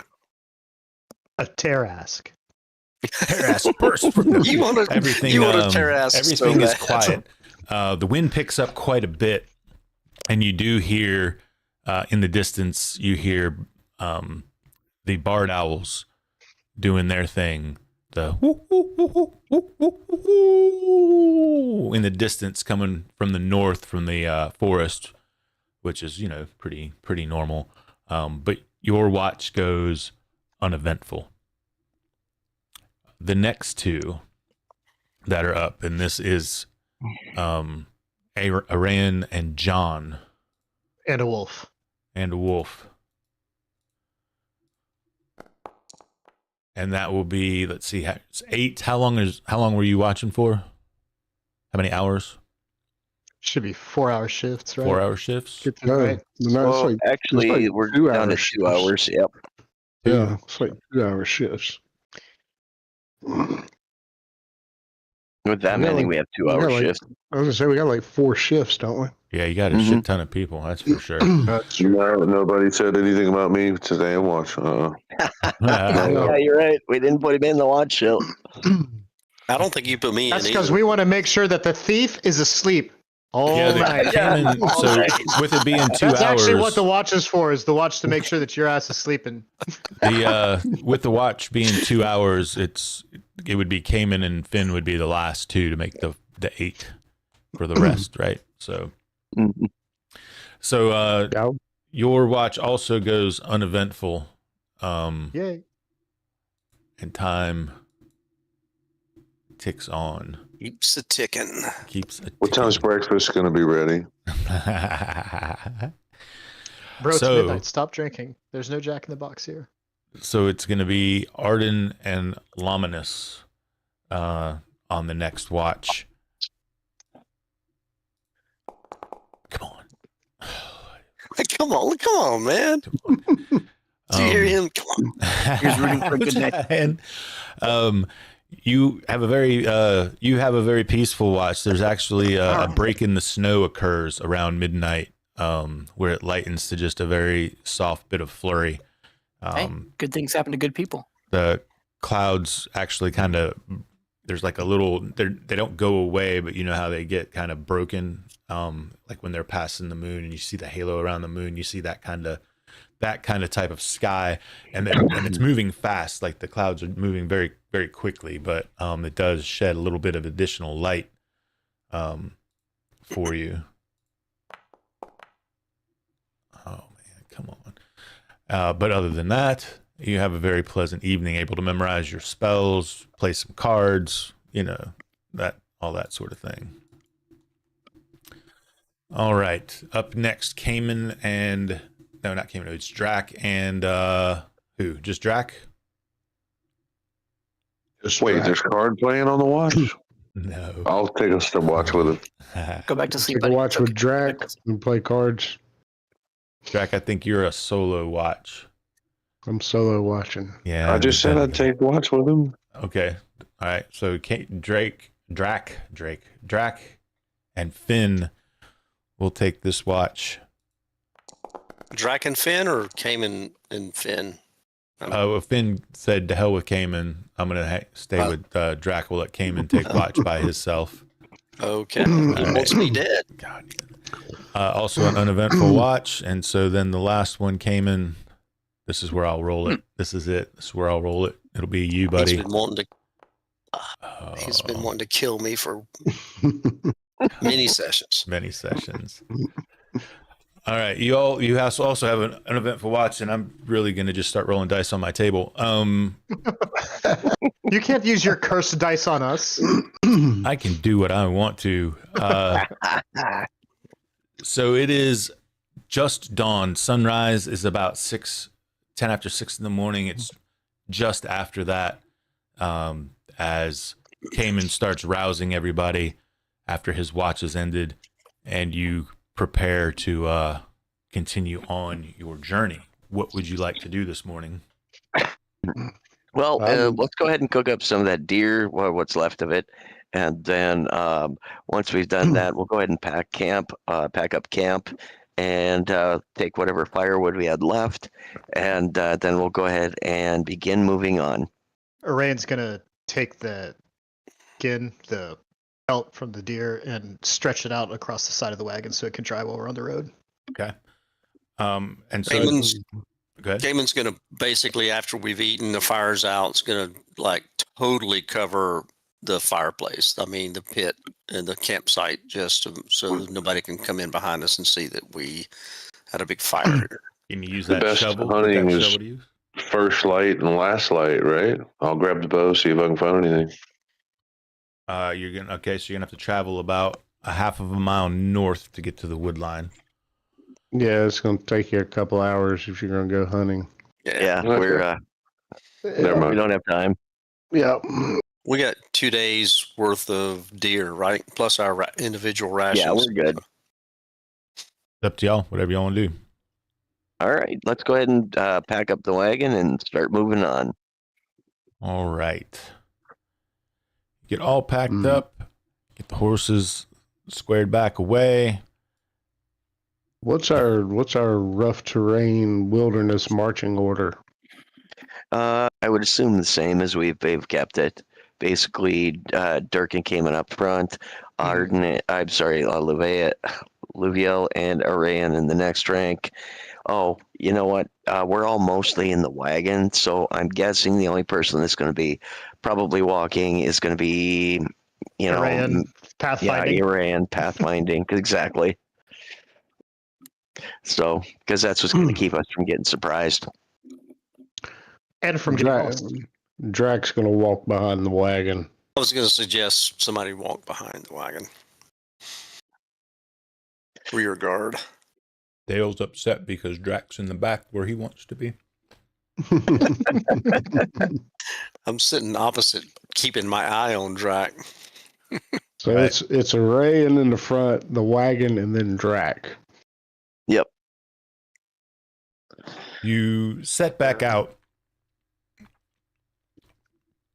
and it takes probably about a half of an hour before you enter back into the beginnings of the swamp. Marshland. The scenery changes pretty drastically when you enter in. And there's like a road or some type of a path that we're following. That's right. Correct. Yeah. Okay. Yep. Yeah, this is more for just kind of, feeling it, right? Let me actually, the snow has intensified, but as you move into this like frozen moors, if you will, the swamp area, Jesus. Holy crap. You're given a bit of a reprieve from the wind and the snow due to all of the trees that are in this area, but it is still fucking cold. Fairly cold. Yep. And there is a road that you follow along. It kind of winds through the swamp area, and you travel about another 30-ish minutes when you hear ahead of you down this road shouts and very clearly the sound of some sort of conflict going on. All right. Let's get. All right. In this case, let's get Irayan and then Flynn to move ahead and try to stay fairly quiet to get some kind of scouting in on that. And then what we'll do is the rest of us will follow behind, keeping our distance from them so they can remain hidden. Of course, we jump out of the cart. I'm just making that point. We're going to jump out of the cart. We're going to leave the cart for now. Tie up the horses quick. Yeah, hobble the horses, yep. John will hobble the horses while they jump out, and then Arayan will sneak forward. Yeah, because we can apply the brake. There is actually in the old wagons an actual type of emergency, very primitive emergency style brake. Okay. I want to take a mid stride between Finn and Arian and the rest of the party. All right, so what we'll have then, that will be Arayan up front along with Flynn, and then the rest of us in our normal marching order, in this case advancing one. So that will be Cayman, and then it'll be Dirk, and then it'll be Loviel, and then we'll have one that's going to be moving up there, probably Arden, and behind him is going to be Flynn, and then of course Drac, and actually we might have Drac up front too. No, I'm taking middle between the guys that are scouting and everybody else. And then we'll have, of course, John will be towards the back, guarding rear. You guys in all the armor, y'all got to get all suited up. I just start walking. 1 second. Just want to pull up one thing here. And I'm probably going to make you repeat half of what you just said because I was trying to do two things at once. That's how I roll. And that's bad for me. We're not having notes. I'm just going to test this one little thing here. Yep. I mean, you have to have marching order when you're on foot. You have to have marching order with the wagon. And then you have to have marching order when you're flying.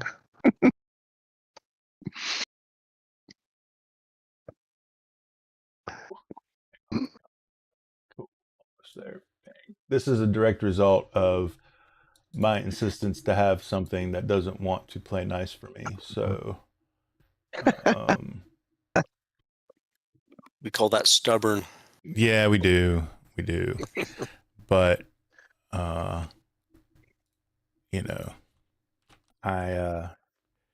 just want to have it. So I'm going to.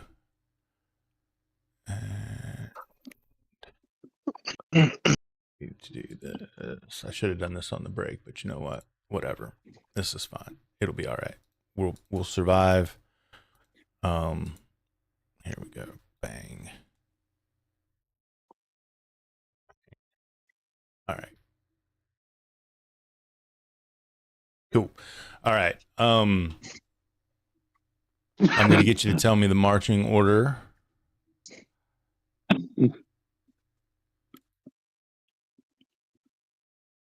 One more time. Right now. Who's in front? All right. So Irayan we is have sneaking forward. What we have is Irayan and Flynn. They're going to be moving ahead of the party, and they're going to be moving up as our scouting party. Yeah. And then at that point, the rest of the party is going to be standard marching order, just moving up to replace where they were in the party. So I believe that's going to put Cayman and Dirk up front. That's going to put Luviel there next. And then the two spaces after that would have normally been Irayan and Flynn. So that'll just move everybody up, which will put, I believe, John and Arden, and then Drac. Unless Drac wants to move actually further forward, like he was talking about. Luminous needs to be in there somewhere. Yep. Yeah, Luminous actually advances. So it'll be Arden next to Loviel, and then Luminous behind that, and then that after that would be John, and then Drac, unless Drac wants to change spots.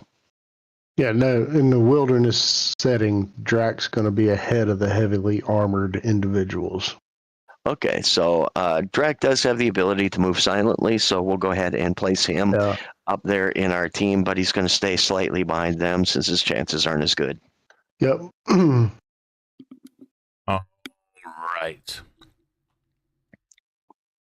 I think I like it.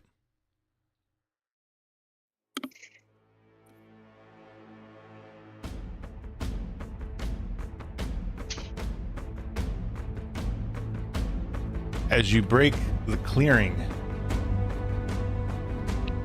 you can see in front of you dead monk bodies. And right here in your immediate view is, you know what I need to, I'm going to turn off something. Hang on here. Let's do this. I don't like this. I wanted this to be, I want this Have to reload. I want this to be not there. There we go. That's how I want it to be. All right. In the distance, Reloading. you can see light coming from the, and I understand you might not actually physically see all of this on the board, but you were going to physically see all of this. You will end up seeing all of it, but just bear with me. If you see only black, which you should not, you just let me know. I see I see a half screen. I see. all A half screen behind us and forward facing with. Yeah, that looks like, yep. You've got the order basically set, but we only have looks like half the map because I can't move it forward. I've got all black. All black. I've got my infravision circle left click that follows me. Left click and hold, and you can drag it. Yeah, there we go. Much better. Can you see now?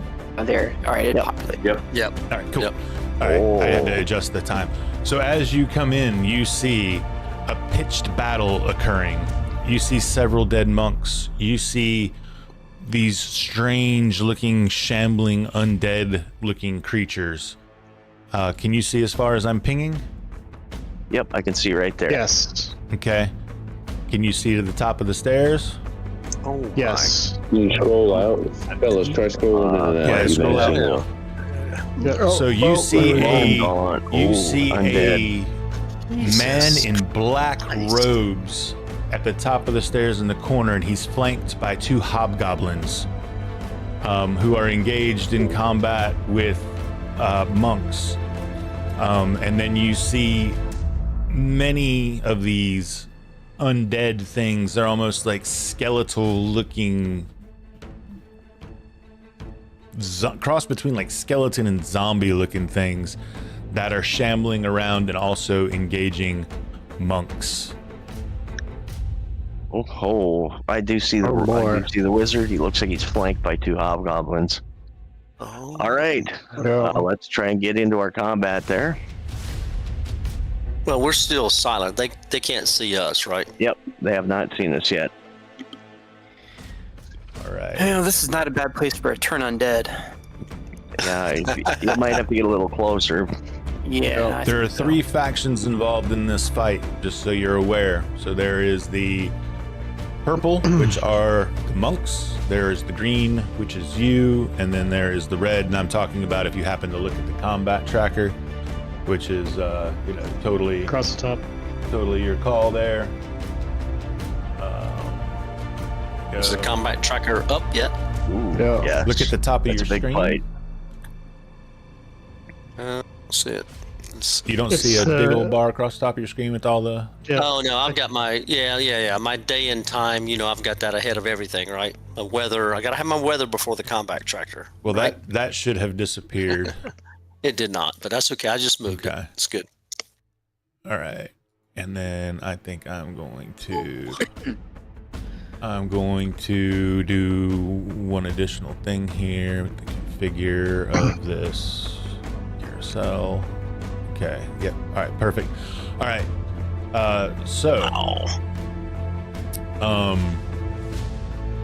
The way this will work, of course, is that the purple faction, it looks like, is going to go first. Is how I see it. Actually, no, I think you guys are going to go first. I have Arden as the first one. So, again, I'm going to turn off. We're going to do an experiment for this one. Okay. I'm going to turn it to free movement. Now, what this means is, Good idea. okay, what this means is you guys go first, and movement is the first part of the combat. The only thing you have to tell me at the beginning of the round, which is right now, is if you're going to run away from an engaged position, or if you plan to cast a spell. Does anybody plan to do either of those two things? Not currently. Okay, so that means I'm going to turn it to free movement. The only other thing I want to say is that if you move off of this strip of land into the water, your you know how your movement is color coded green and red? That's going to show like normal, but what I need you to pay attention to if you move off the strip of land is the actual number of feet that you're moving, because your movement will be halved if you move into the water, and you will actually see it showing half movement. Okay? All right, so I'm going to put free movement. Pay attention to on your character sheet what your encounter movement is. Some of you have 20, some of you have 30. Like Cayman has 20. Finn has 30, right? It's different. Not everybody has 30 feet of movement, so just pay attention to that. All right, you can go ahead and make your moves. All right. So I'm gonna let the front rank move And first. again, you can move 30 feet and still fire a missile weapon. Yes. Yep.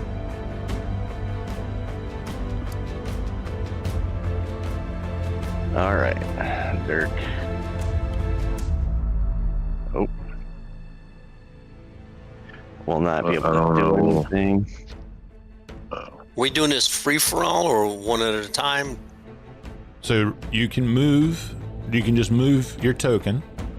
Yeah, move your combat round, which is 20 for plate mail wearers. Right.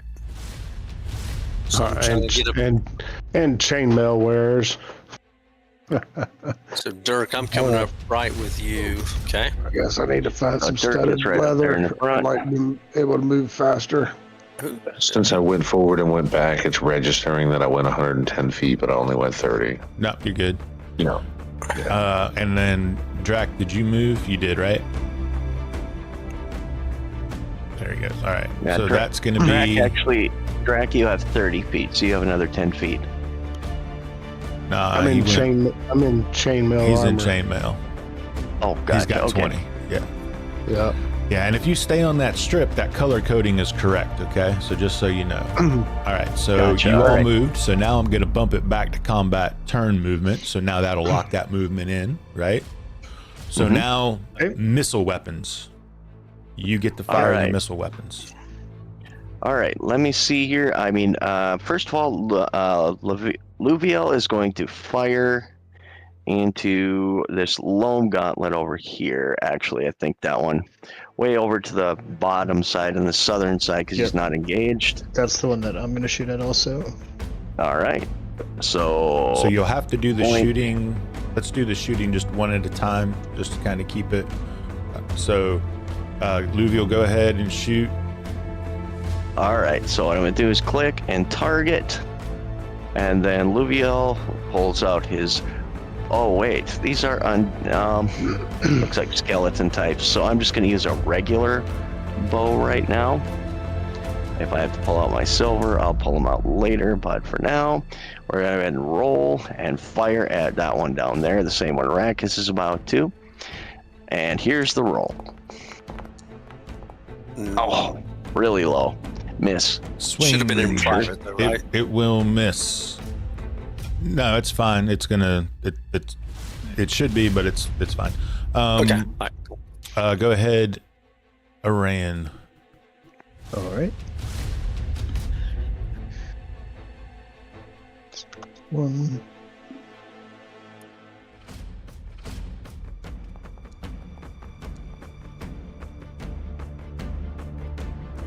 Oof, big old 6. Hold on 1 second. The big old 6. I don't need to do that anymore because I got it sorted out. Boom, 6. You, oh, sorry about that. That's what I just did was not true. TPK, TPK. No, we're dead. We're But dead. hang on. But there Arayan are, looks at his bow in wonder, like, what just happened? but hang on, because there are monks that were dead. So hang on. Oops. Yep. And this monk was There's a dead. sister. And this monk was Elowen. dead. There we go. I cannot get this measuring tool to work. All There right. you go. Good job. Boom. All right, Rakus, you drop that first one. Yay. It falls. Anybody else have a? Does anybody One, else? Dirk. Oh, Dirk is going to try and throw his axe at this nearest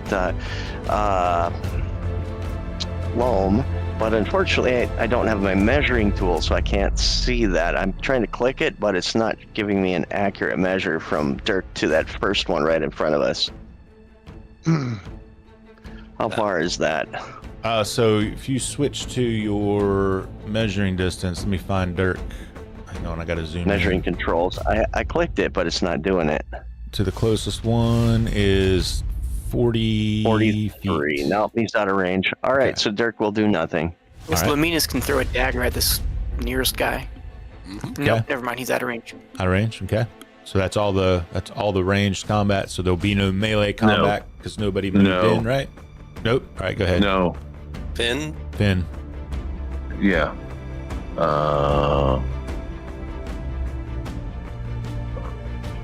Let's see.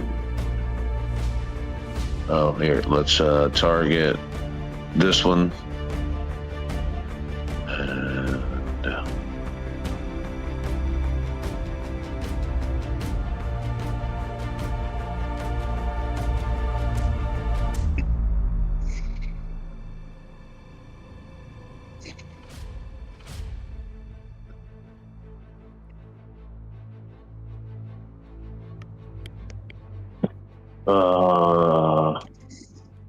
let's see. I believe.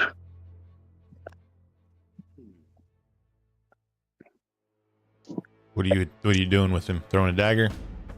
No, I don't see my bow in there. So let me just go to my character sheet. He does have a bow. I can attest to that. I mean, I definitely didn't take it. Yeah, it's in there. Short bow's in there. It's in your inventory. On the weapons tab. Oh yeah, it is. I'm sorry. Thank you. Yep. Okay, situational. Can you check my distance for me to that first one? I believe I'm Well within Short range range. of a short bow. Oh yeah, 20 feet. Oh yeah. short range, so that's plus Yeah. 1 to hit. Yep. Correct. So situational modifier, e.g., so plus 1. Yeah, plus 1.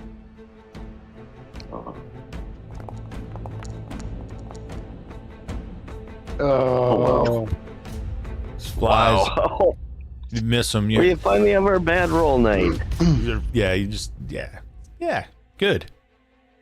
Now, if I could have my good roll night. Yeah. You're gonna have to get back and work on your back end coding some more. You tanked our dice rolls, but not buffed yours. All right, let's see. I'm gonna bump. All right, so everybody, that's all the missile weapons, right? Correct. All right, Yes. ignore everything that's about to happen on your screen. 'Cause that was your group. All right. The monks.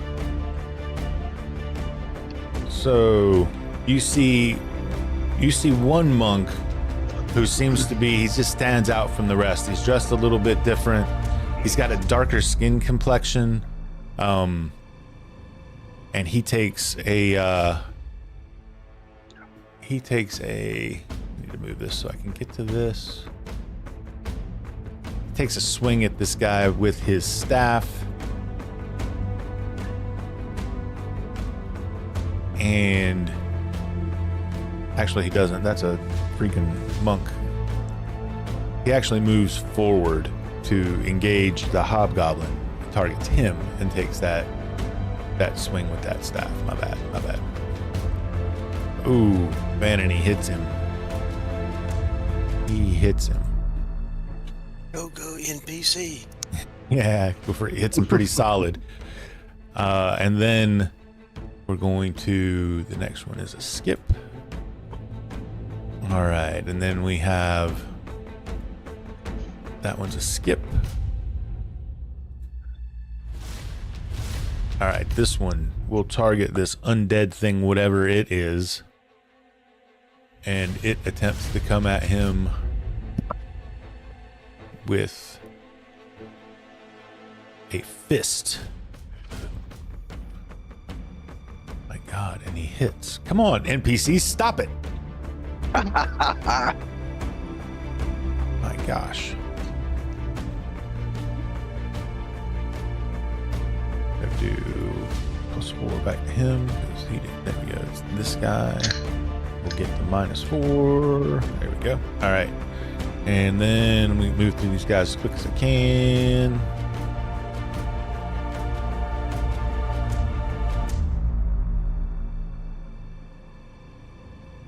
What was that one at?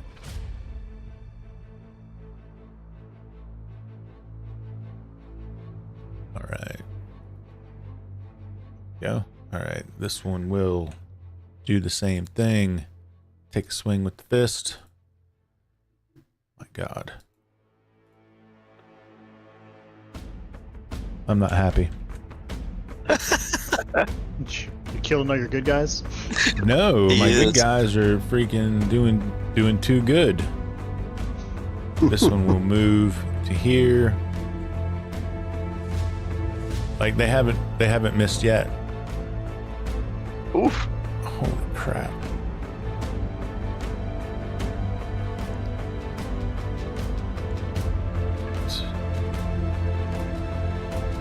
All right, and then go on.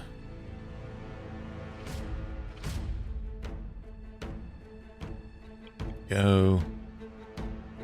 All right, this one will target this hobgoblin. Also swing with fist. This one will hit again.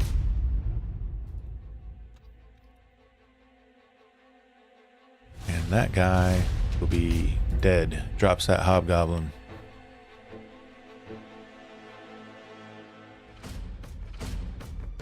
This monk looks up and sees you guys and nods to you as he charges into this guy and does his Apparently, thing. my hiding shadows didn't work. All right, man. Jandan monks are awesome, by the way. You might want to change, make sure you dual class. I like them. Yeah. All right. This hobgoblin, who is still standing, because we're on to the baddies now, targets that Jandan monk, takes a swipe with his sword. Ooh. Ooh. Ooh. And cuts him down. Dead. As it cries out a war cry. It sounds like, I don't know, vomiting after a really fun night. One of these undead things shambles down to this Jandan monk, and it takes a claw at it, missing as the monk dodges, pushes its hand away.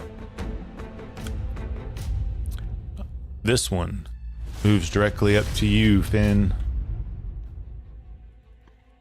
and takes a claw swipe at you, hitting you for 1 point of damage, which I'll apply. You don't have to worry about it.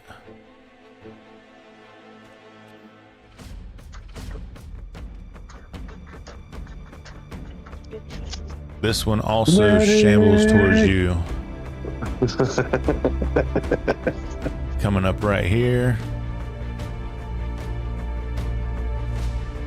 And then this one moves up on the monk here, throwing a claw at him and missing. It's really fucked up. All my NPCs hit, all my baddies aren't.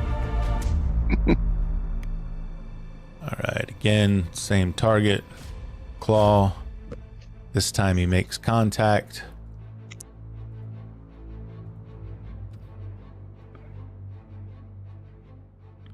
And the monk falls. Oh, It's not good. Get the right one.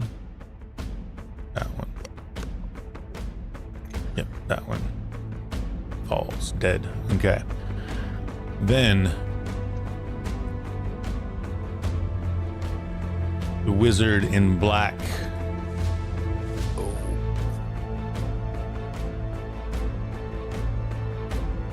Cast sleep, and we all go to sleep. Yes. Too many targets on the board. You won't be able to do that, luckily. That said, I know that. It would be retribution, right? From yeah, really. It would be Greg's retribution. it would be. I'm just gotta look at something. So I could probably cast asleep on him. And there's not enough hit dice up there. Well, he may be higher level, but it could take out that. I can use it actually. Hobgoblin might go to sleep. Yeah, I would get that hobgoblin there. Plus, if he's lower than 4th level, then it would take him out. He raises his hand, and those of you that cast spells, recognize that he is performing an incantation.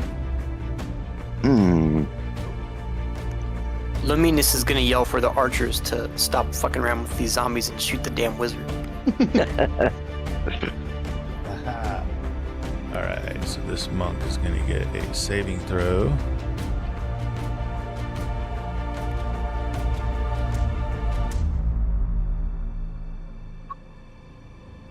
He fails it. Oh, dang. And you hear the wizard shout, "Destroy your brethren!" Oh. Uh-oh. Charmed him. Let me see if I can put a. Can you ping which one he just charmed? I'm gonna put a staff. condition on him. Give me one Was that second. Brother Kalen?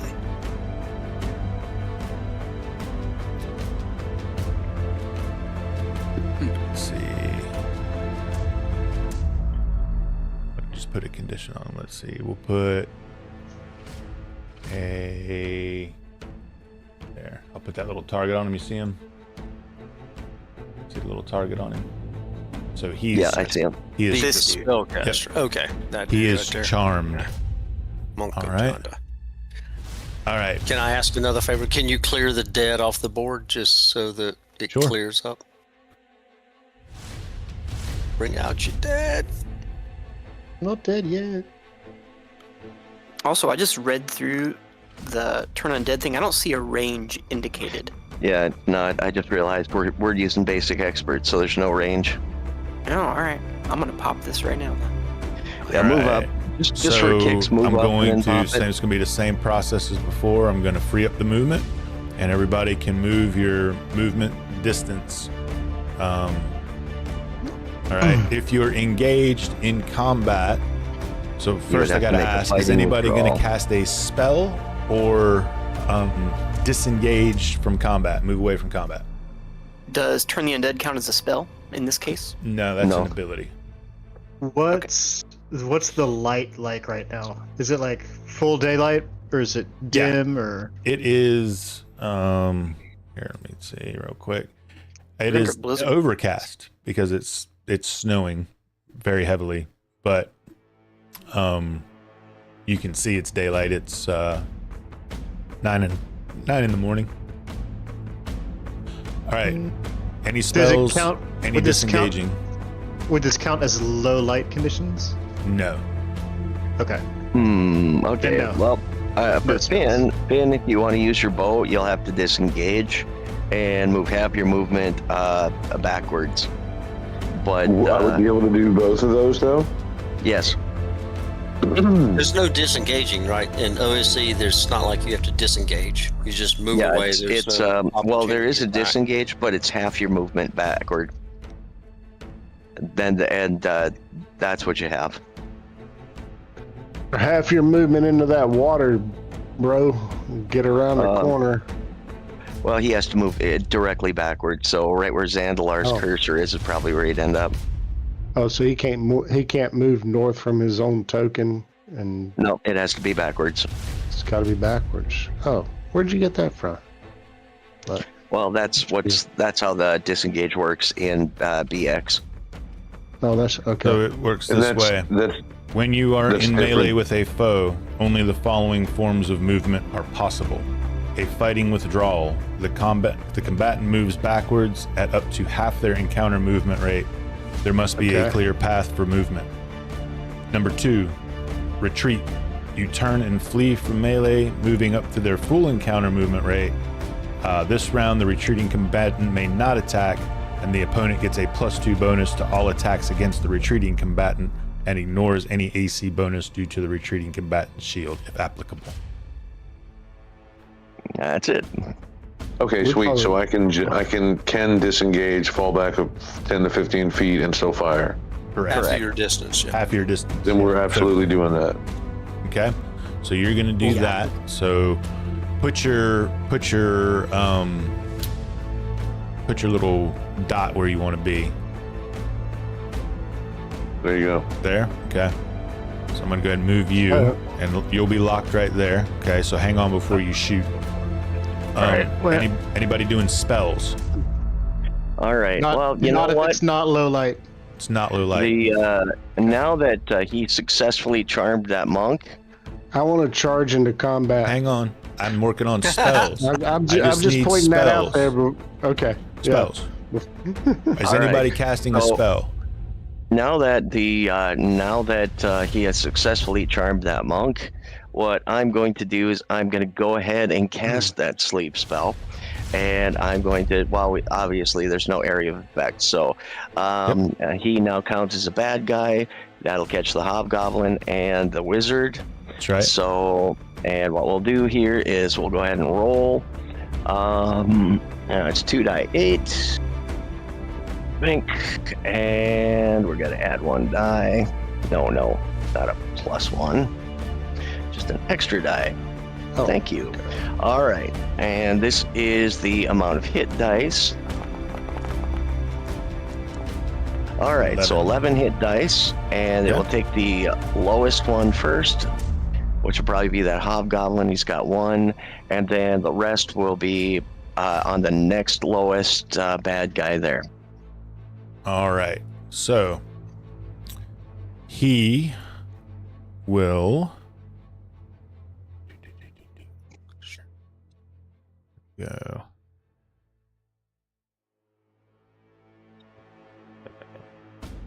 I don't know what his hit dice are. If they're over 4, if he is a 5th level wizard, then it won't affect him. If he's So I'm not going to tell you what he is, but I am going to tell you it does not affect him. Okay. In that case, then it moves on to the monk and whatever he has. Oh, so it's anybody? It's not enemies? Yeah, it is enemies, but now that he's charmed, he's It's an the enemy, charm isn't he? monk. Oh, that's right. I'm sorry. I thought you were talking about this monk. You're talking about this monk. Yeah, the one that's charmed. You're targeted, dude. Gotcha. There you go. He'll be prone. All right. So that's my range and my spells, and my movement's done. No, I'm sorry. Move is not done. Movement's not done. I'm sorry. So that was my spells, and that was my engaged in melee. So now I'm going to free up your movement, guys. Trip, you're going to have to tell me what charge does, because I don't know. Oh, it's going to be questionable because you're going to, and I don't think it's going to work actually. What page? Because Finn, charge is on page 236 because I really don't truly have a clear line because Finn's in the path. Once per combat, a character may charge into melee and attack as follows. Moves at least 20 feet before attacking. There must be a clear run. And there's not a clear run because Finn's in the path. Yeah. Okay. All right. So I'm going to make it, I'm going to open up the movement for everybody to move except for Finn, and it's open. Go ahead and move your movement. All right. So this is So we're not going in any order whatsoever. It's just still free movement. Yeah, everybody can move can't. because that's technically how it is. Everybody gets to move. Just I don't still move into can't your move. red, right? I'm just saying I can't move. I cannot. Oh, there he is. Is that?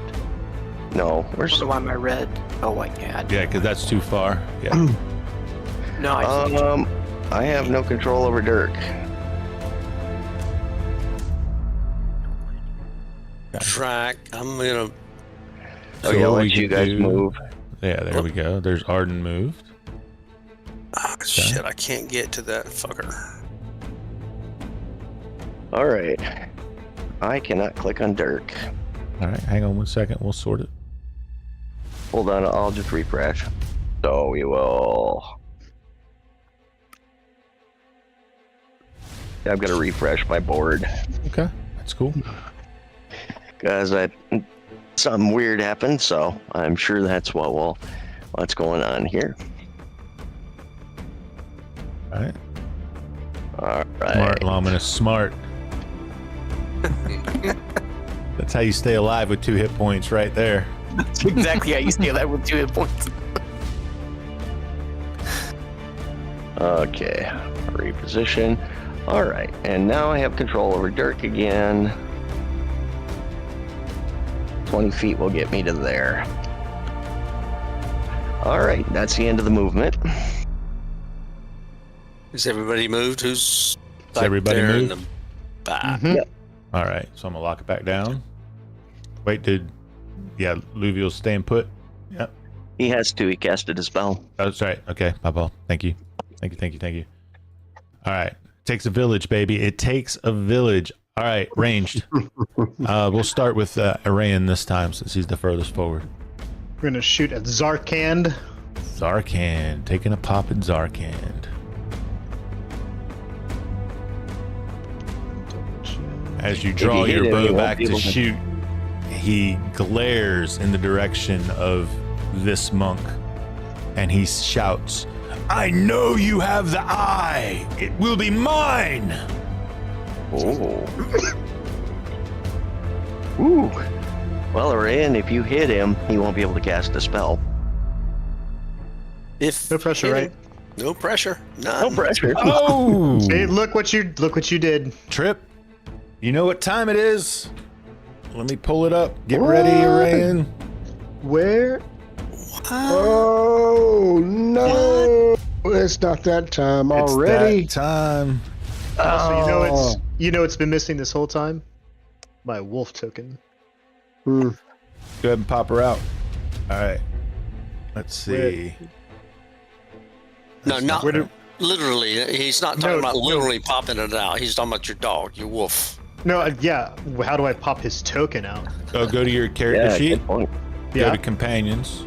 Uh huh. Click on the little button, and it'll attach a little dot to your Okay. mouse, and then wherever you click, which needs to be beside you, bingo. Gotcha. Now he's there, and then I'll add him to combat, so he's in there too, and then we'll go from here. All right, Arayan, I need you to roll me a D100 as we go to the what's the name of the world? Arduin.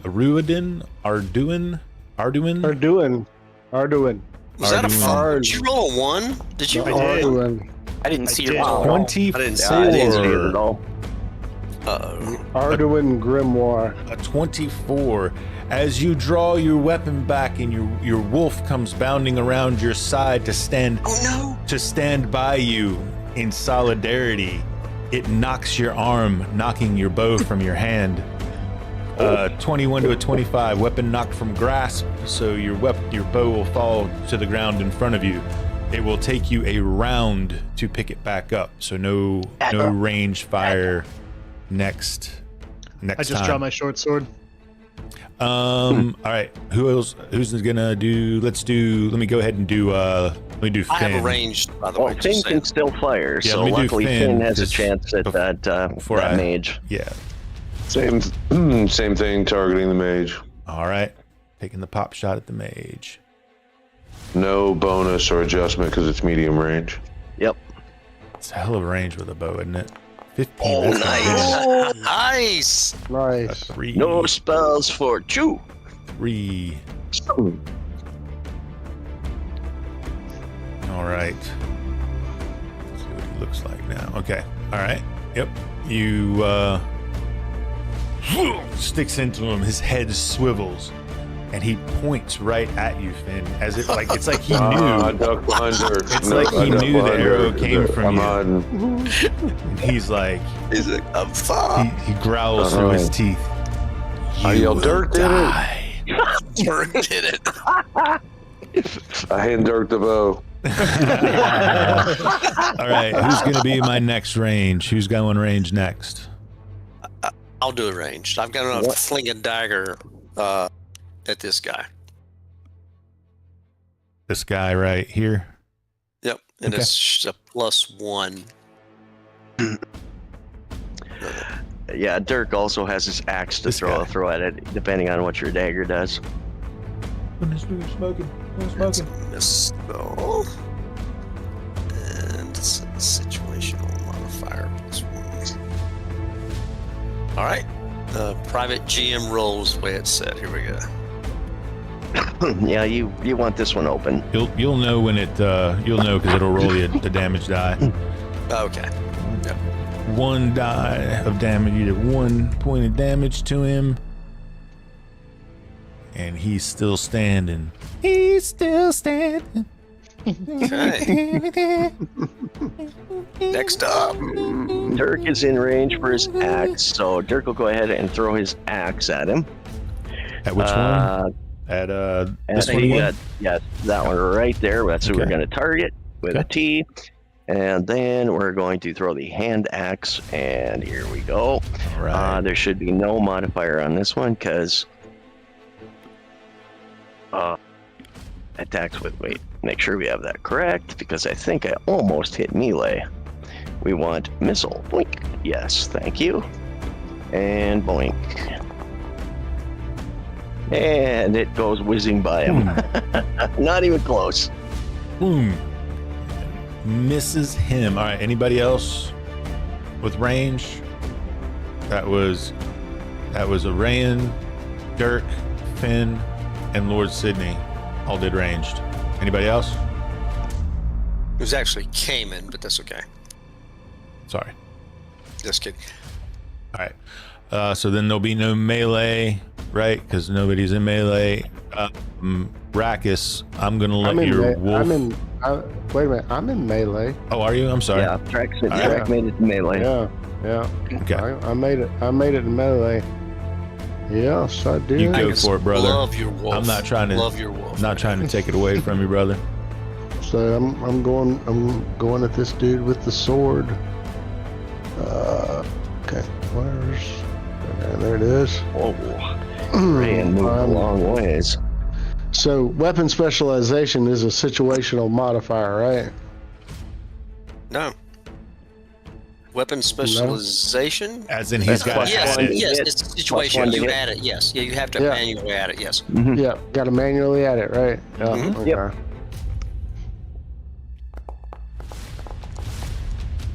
Oh, come on. It's a miss. Yes. I mean, I was excited so, about so that. sorry. I was excited about that, but All right, no other melee, right? nope, that's Nope, all I had. think that's all we have. All right. Then ignore what you're going to see on your screen for a moment for me as I get to my Wait, purple folk. I was going to turn undead on this round. Oh, I'm sorry. Go ahead. Let me back it up in case it gives you any chiz there. Let me go back to you. You're at the top. Hell yeah, turn it. So I just rolled 2d6. Turn undead. Cleric's going to vote the power of their deity to repel undead monsters encountered. Turn undead to play rolls 2d6. I'll then consult the table, comparing the roll against the hit die of the undead monsters. Targeted 10. Holy shit. Couldn't hide that one. Good lord, man. All right, hang on. Let me see. Let me me see. Where is? Oh, there's one thing. Did Arden want to turn undead? He did. He's doing it. Just, Oh, he good. just did and did it well. Sorry, I had to step away for a quick sec. He did it. The holy super symbol well. of Browse is blazing forth over these undead assholes right now. Yes. He did it super well. Okay. Hold on. I think I have it. Here it is. All right. I'm gonna do this, and I have to. Let's see. It's gonna be this one. So it's 10 total, right? So. Good night.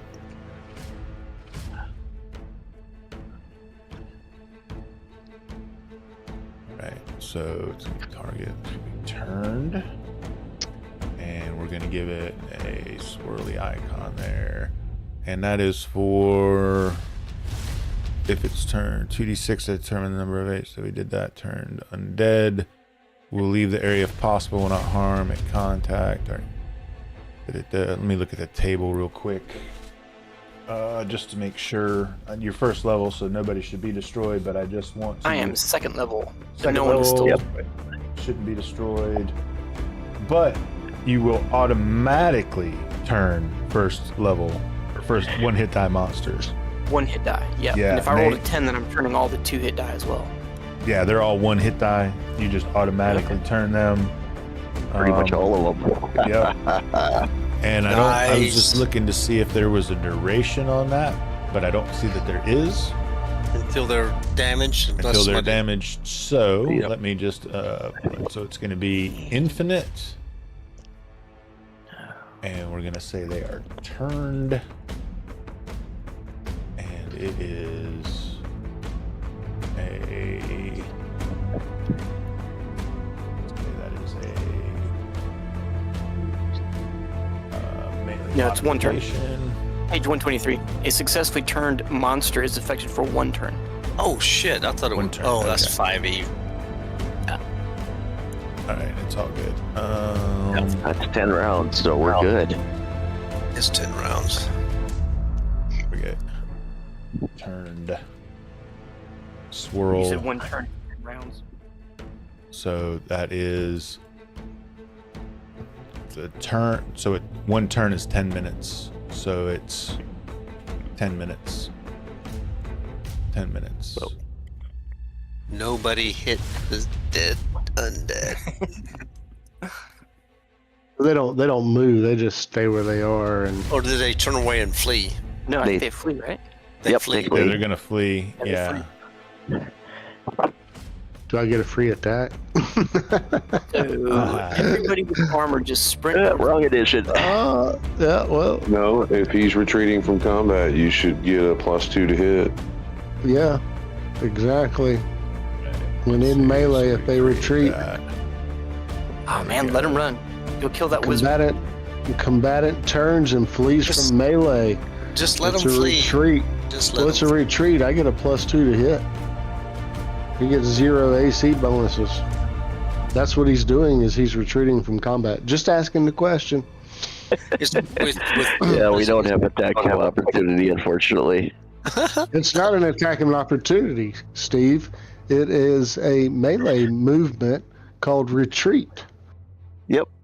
It's withdrawal or retreat. Which one? Fleeing. So that's retreat. That's fleeing. That's full on fleeing. Full on fleeing is where you get the. It's the fighting withdrawal.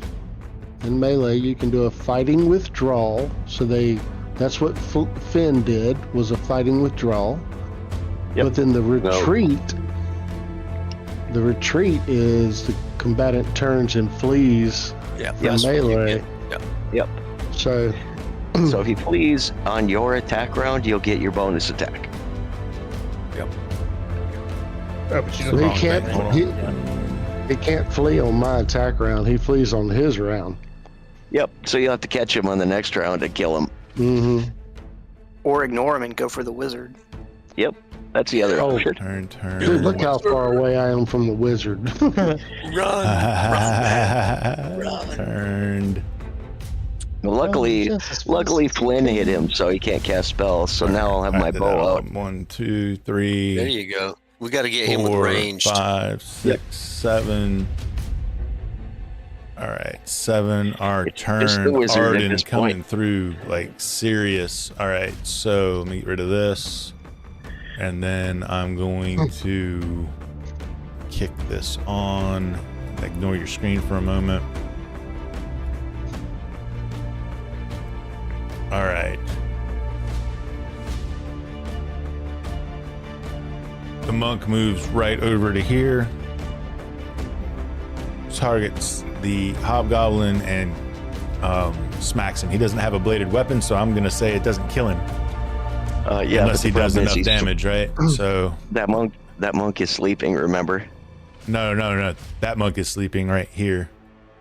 Oh, that one. That was the This charmed monk is one. sleeping. Okay. Yeah, This one. not Okay, Karin. good. Galen. Yeah. Yep. And he's gonna take a smack. He'll hit, of course, automatically, and he will do max. So it's gonna Kill the hobgoblin. and then we will skip it on. That guy gets skipped. That guy gets skipped. This guy. So in this edition, it doesn't matter if you hit them. They're not unturned, right? Yeah. And this edition, well, you know what? You're right. There is no, if you hit them, they're still considered turned. Right? Isn't that right? Yeah, there's I nothing. believe so. Yeah. It says 1 turn. Yeah. Mhm. All right. So he's going to. It's like he wouldn't do anything stupid, of course. He's course not. going to. Yeah. Of course he wouldn't do anything stupid. All right. He kills this one. Boom. He drops it, and I'll just delete it to make things easy. All right. And then we'll move to the next one. Let me just make sure. Yeah. All right. Cool. And he'll do the same. He'll target this guy, take the swing with the fist, and he will do 3. That one still stands. And then that one gets skipped. That one is asleep. So get to that one. He moves up to help his brethren and takes a swing. Makes a connection. Crunch. Dropping like flies, man. Doesn't drop him, but crunches him. And then skip, and it'll skip. All right. That hobgoblin is asleep, but will stand because he got hit. Even though he got hit hard, he'll stand up. Yep, And he'll that's be able all to he'll attack do. next round. This one will flee, and it just starts fleeing. Up into the water. Yeah, that's about right. I'm gonna check its movement real quick. It's got a 60, so it can go. There we go. Go there, and then we'll move on. This one will flee, so it is fleeing. So it's gonna get, when you guys attack. Let's get a consensus on this one. Let's just see what everybody thinks here. I'm going to read it to you one more time. Retreat. Whichever one benefits me. Retreats.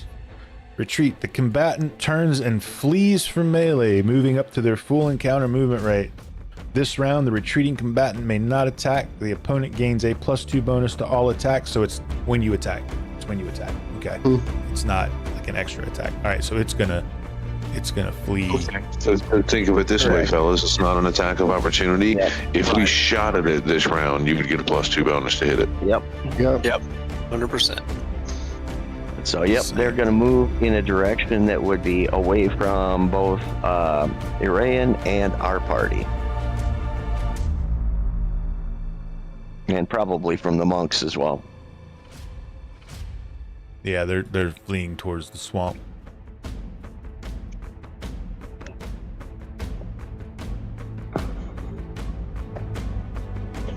The wizard, seeing things suddenly going south, looks at you the group of you. He looks at you and he says, "This is not over. We will meet again." And he crumbles right in front of your eyes. He crumbles into dust. Oh. You're gonna die, or my name's not Drax Thundertusk. And disappears. Ooh. What happens to the undead? They're fleeing. Oh. It is going to be they- to be your turn. Are they like Theon Greyjoy jumping off the ship when Pretty his ship much. was getting blown up? Yep. Yep, it is going to be. It's going to be Arden. Well, we're going to go back to asking the same question. So is anybody, there's going to probably be a lot of range, right? A lot of range. Yep. A lot of range, no spells. I will be picking my bow up, so I will not be shooting. Okay. Is the monk now no longer charmed? Well, Uh, technically, the way the spell works, asleep. he is charmed because the mage lived. If the mage died, then he wouldn't be charmed anymore. So we know that he's charmed at least for a month. Maybe shorter because he has high wisdom. Charm works a lot differently in this edition. It's kind of like a permanent effect, and it'll stay there like forever until you make your saving throw. But what determines whether you get that saving throw is either your intelligence or wisdom, and it depends on how high or low it is. Let's just bind him up. Any spells? No spells. No No spells. spells. All right. I'm going to free up movement so everybody can move their movement. Okay. Movement is free. You can go ahead and move your movement. All right. And then I'm going to kick the music back on, but it just ended perfectly there. I had to do that for dramatic effect. Boom. Action. Uh,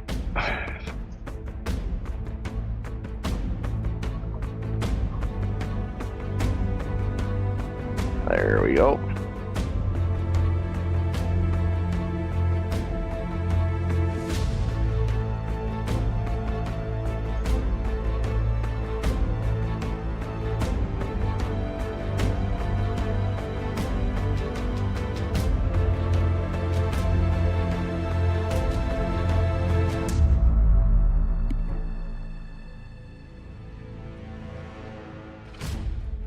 Got everybody done moving? Yep, unless John wants to move. Oh, yep.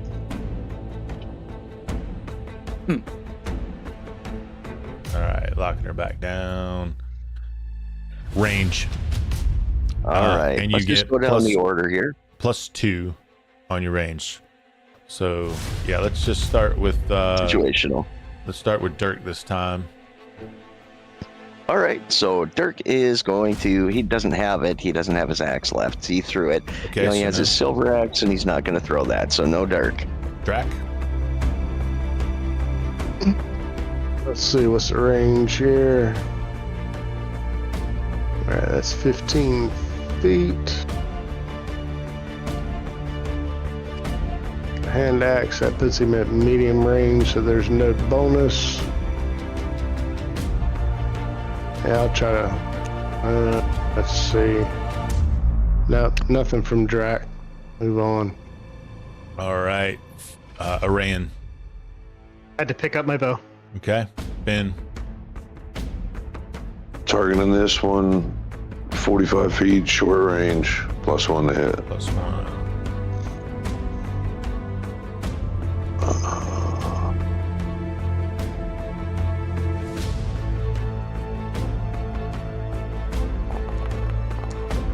Oh, Miss. All right. okay. John won't Cayman. No, not through my dagger. I only had one. I Lominous. think Lominus can throw a dagger at this guy here. All right. My in range. dagger slaying 2 hit point mage over here. Where's the sling, man? Bring out the sling. Shit, dude. He's loaded up. He's got like a bandolero of daggers. Yeah, he does. All right, let me see. So I can target him, right? And Yep. Yep, T for target, and then roll your dice. come over here, do this, and here, and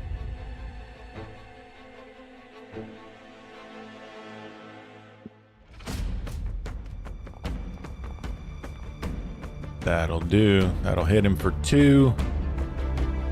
Sticks in his back. Kind of stumbles forward a little bit as it continues its flight. Luvial. All right, Luvial's going to take another long shot at that one that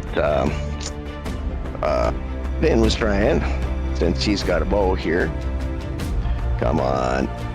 There you are. All right, so Luvial turns around, grabs his bow, and getting into my inventory now. All right, and short bow, bingo. That is medium, so no modifiers. Other than his standard +2 for dexterity. Fellas, I'm sorry, but I gotta call it. I gotta call it in like 10 minutes. Oh yeah, Just letting you know. Yep. All right, miss. Luvial misses 2 at long range. Okay, so then, did Skull get in the? Yep, he did. All right, so then we're gonna go into melee. So who we have in melee? We have Arayan, we have Skull. That's who we have in melee. So you had no short bow shot because you had to pick up your bow. Correct. So what's the wolf going to do? The wolf's gonna bite. Go for it. Just get a +2, right? Gets +2. That's right. Don't forget to target. If it lets you target, if it doesn't, let me know. I'll make sure it happens. Oh, damn it. I did my +1. Oh, but I rolled a 2 anyway. Yeah.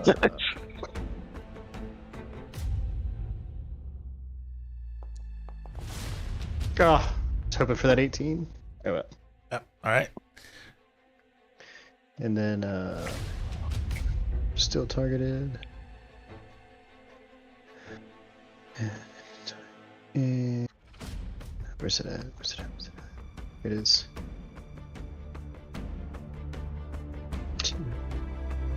Shank. Jesus. All right. All right. That'll be all the melees. So it's gonna go to my purples. Fleeing undead? Is that what you're saying? Your purple fleeing undead? Nope, my purples are my monks, and this monk here. Oh, that in monk, in a thick, what I could only describe to you guys would be like an Intuit kind of an accent.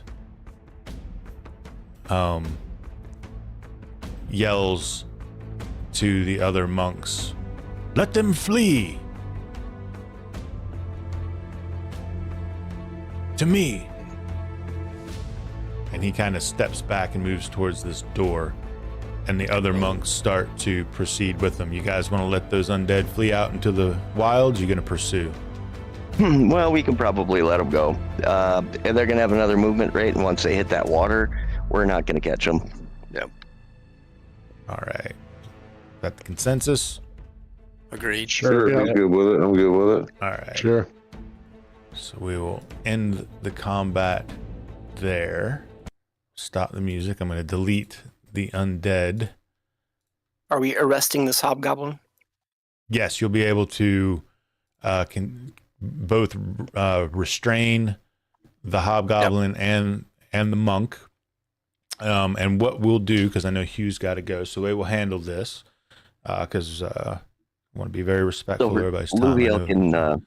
So what we'll do is we're going to handle the RP of this in the RP channel, because there's some RP that's gotta go down here. But you will absolutely be able to restrain the hobgoblin and the monk, and you will have a conversation immediately here in the RP channel with whom will introduce himself to you as Brother Kalen. Gotcha. All right. All right. Very All good. right. Cool. Nice. Awesome, guys. A good Good session. stuff. I hope you guys enjoyed the session. Oh yeah. We'll be taking definitely a very big step. But when we hit the next session, there's going to be a little gap of time that goes by. We're going to handle all this RP in the Discord, and when we start, you will actually be you'll be in Pythian in the city of Vulcangard, and Ooh. I can now pull the curtain back that you are going to be going into the gods of the Forbidden Of the North. frozen north. Yeah, and it's going to be awesome. And I encourage anybody that might watch this later on to check us out, because there's some people out there that have done some solo play. Little brief history of it. It won an ENnie, gold ENnie. It is the only OSE campaign setting out there. Don't get discouraged. It's very awesome. I've been reading it for about 2 months now. It's by Pulp Hummock Press, and it's fucking deadly. So, Oh, nice. yeah, Nice. I took a look at the campaign set. Excellent. Yeah, it was pretty impressive. I did. I figured it out, and as soon as you said some of those things, I figured it out, looked through it, and yes, it's actually a very impressive campaign set. So, no denying that. It does have some really good reviews. It's pretty cool. nasty stuff. It's Nice. nasty stuff. Yes. It's also a good read just to read. The guy Yes, that that's wrote the it best part. is freaking phenomenal. But anyway, Great world building. I'll catch you guys in the RP channel. We'll catch you guys when we catch you guys, and then we'll be the video game side of Tales from the Pythian will be after Wasteland 3 on Sunday, and you can blame Rackus. He's right there. You can blame him right now. You blame him. But Marchish is the current time frame where we get back, and we'll see what happens then. Thanks, guys. I appreciate you.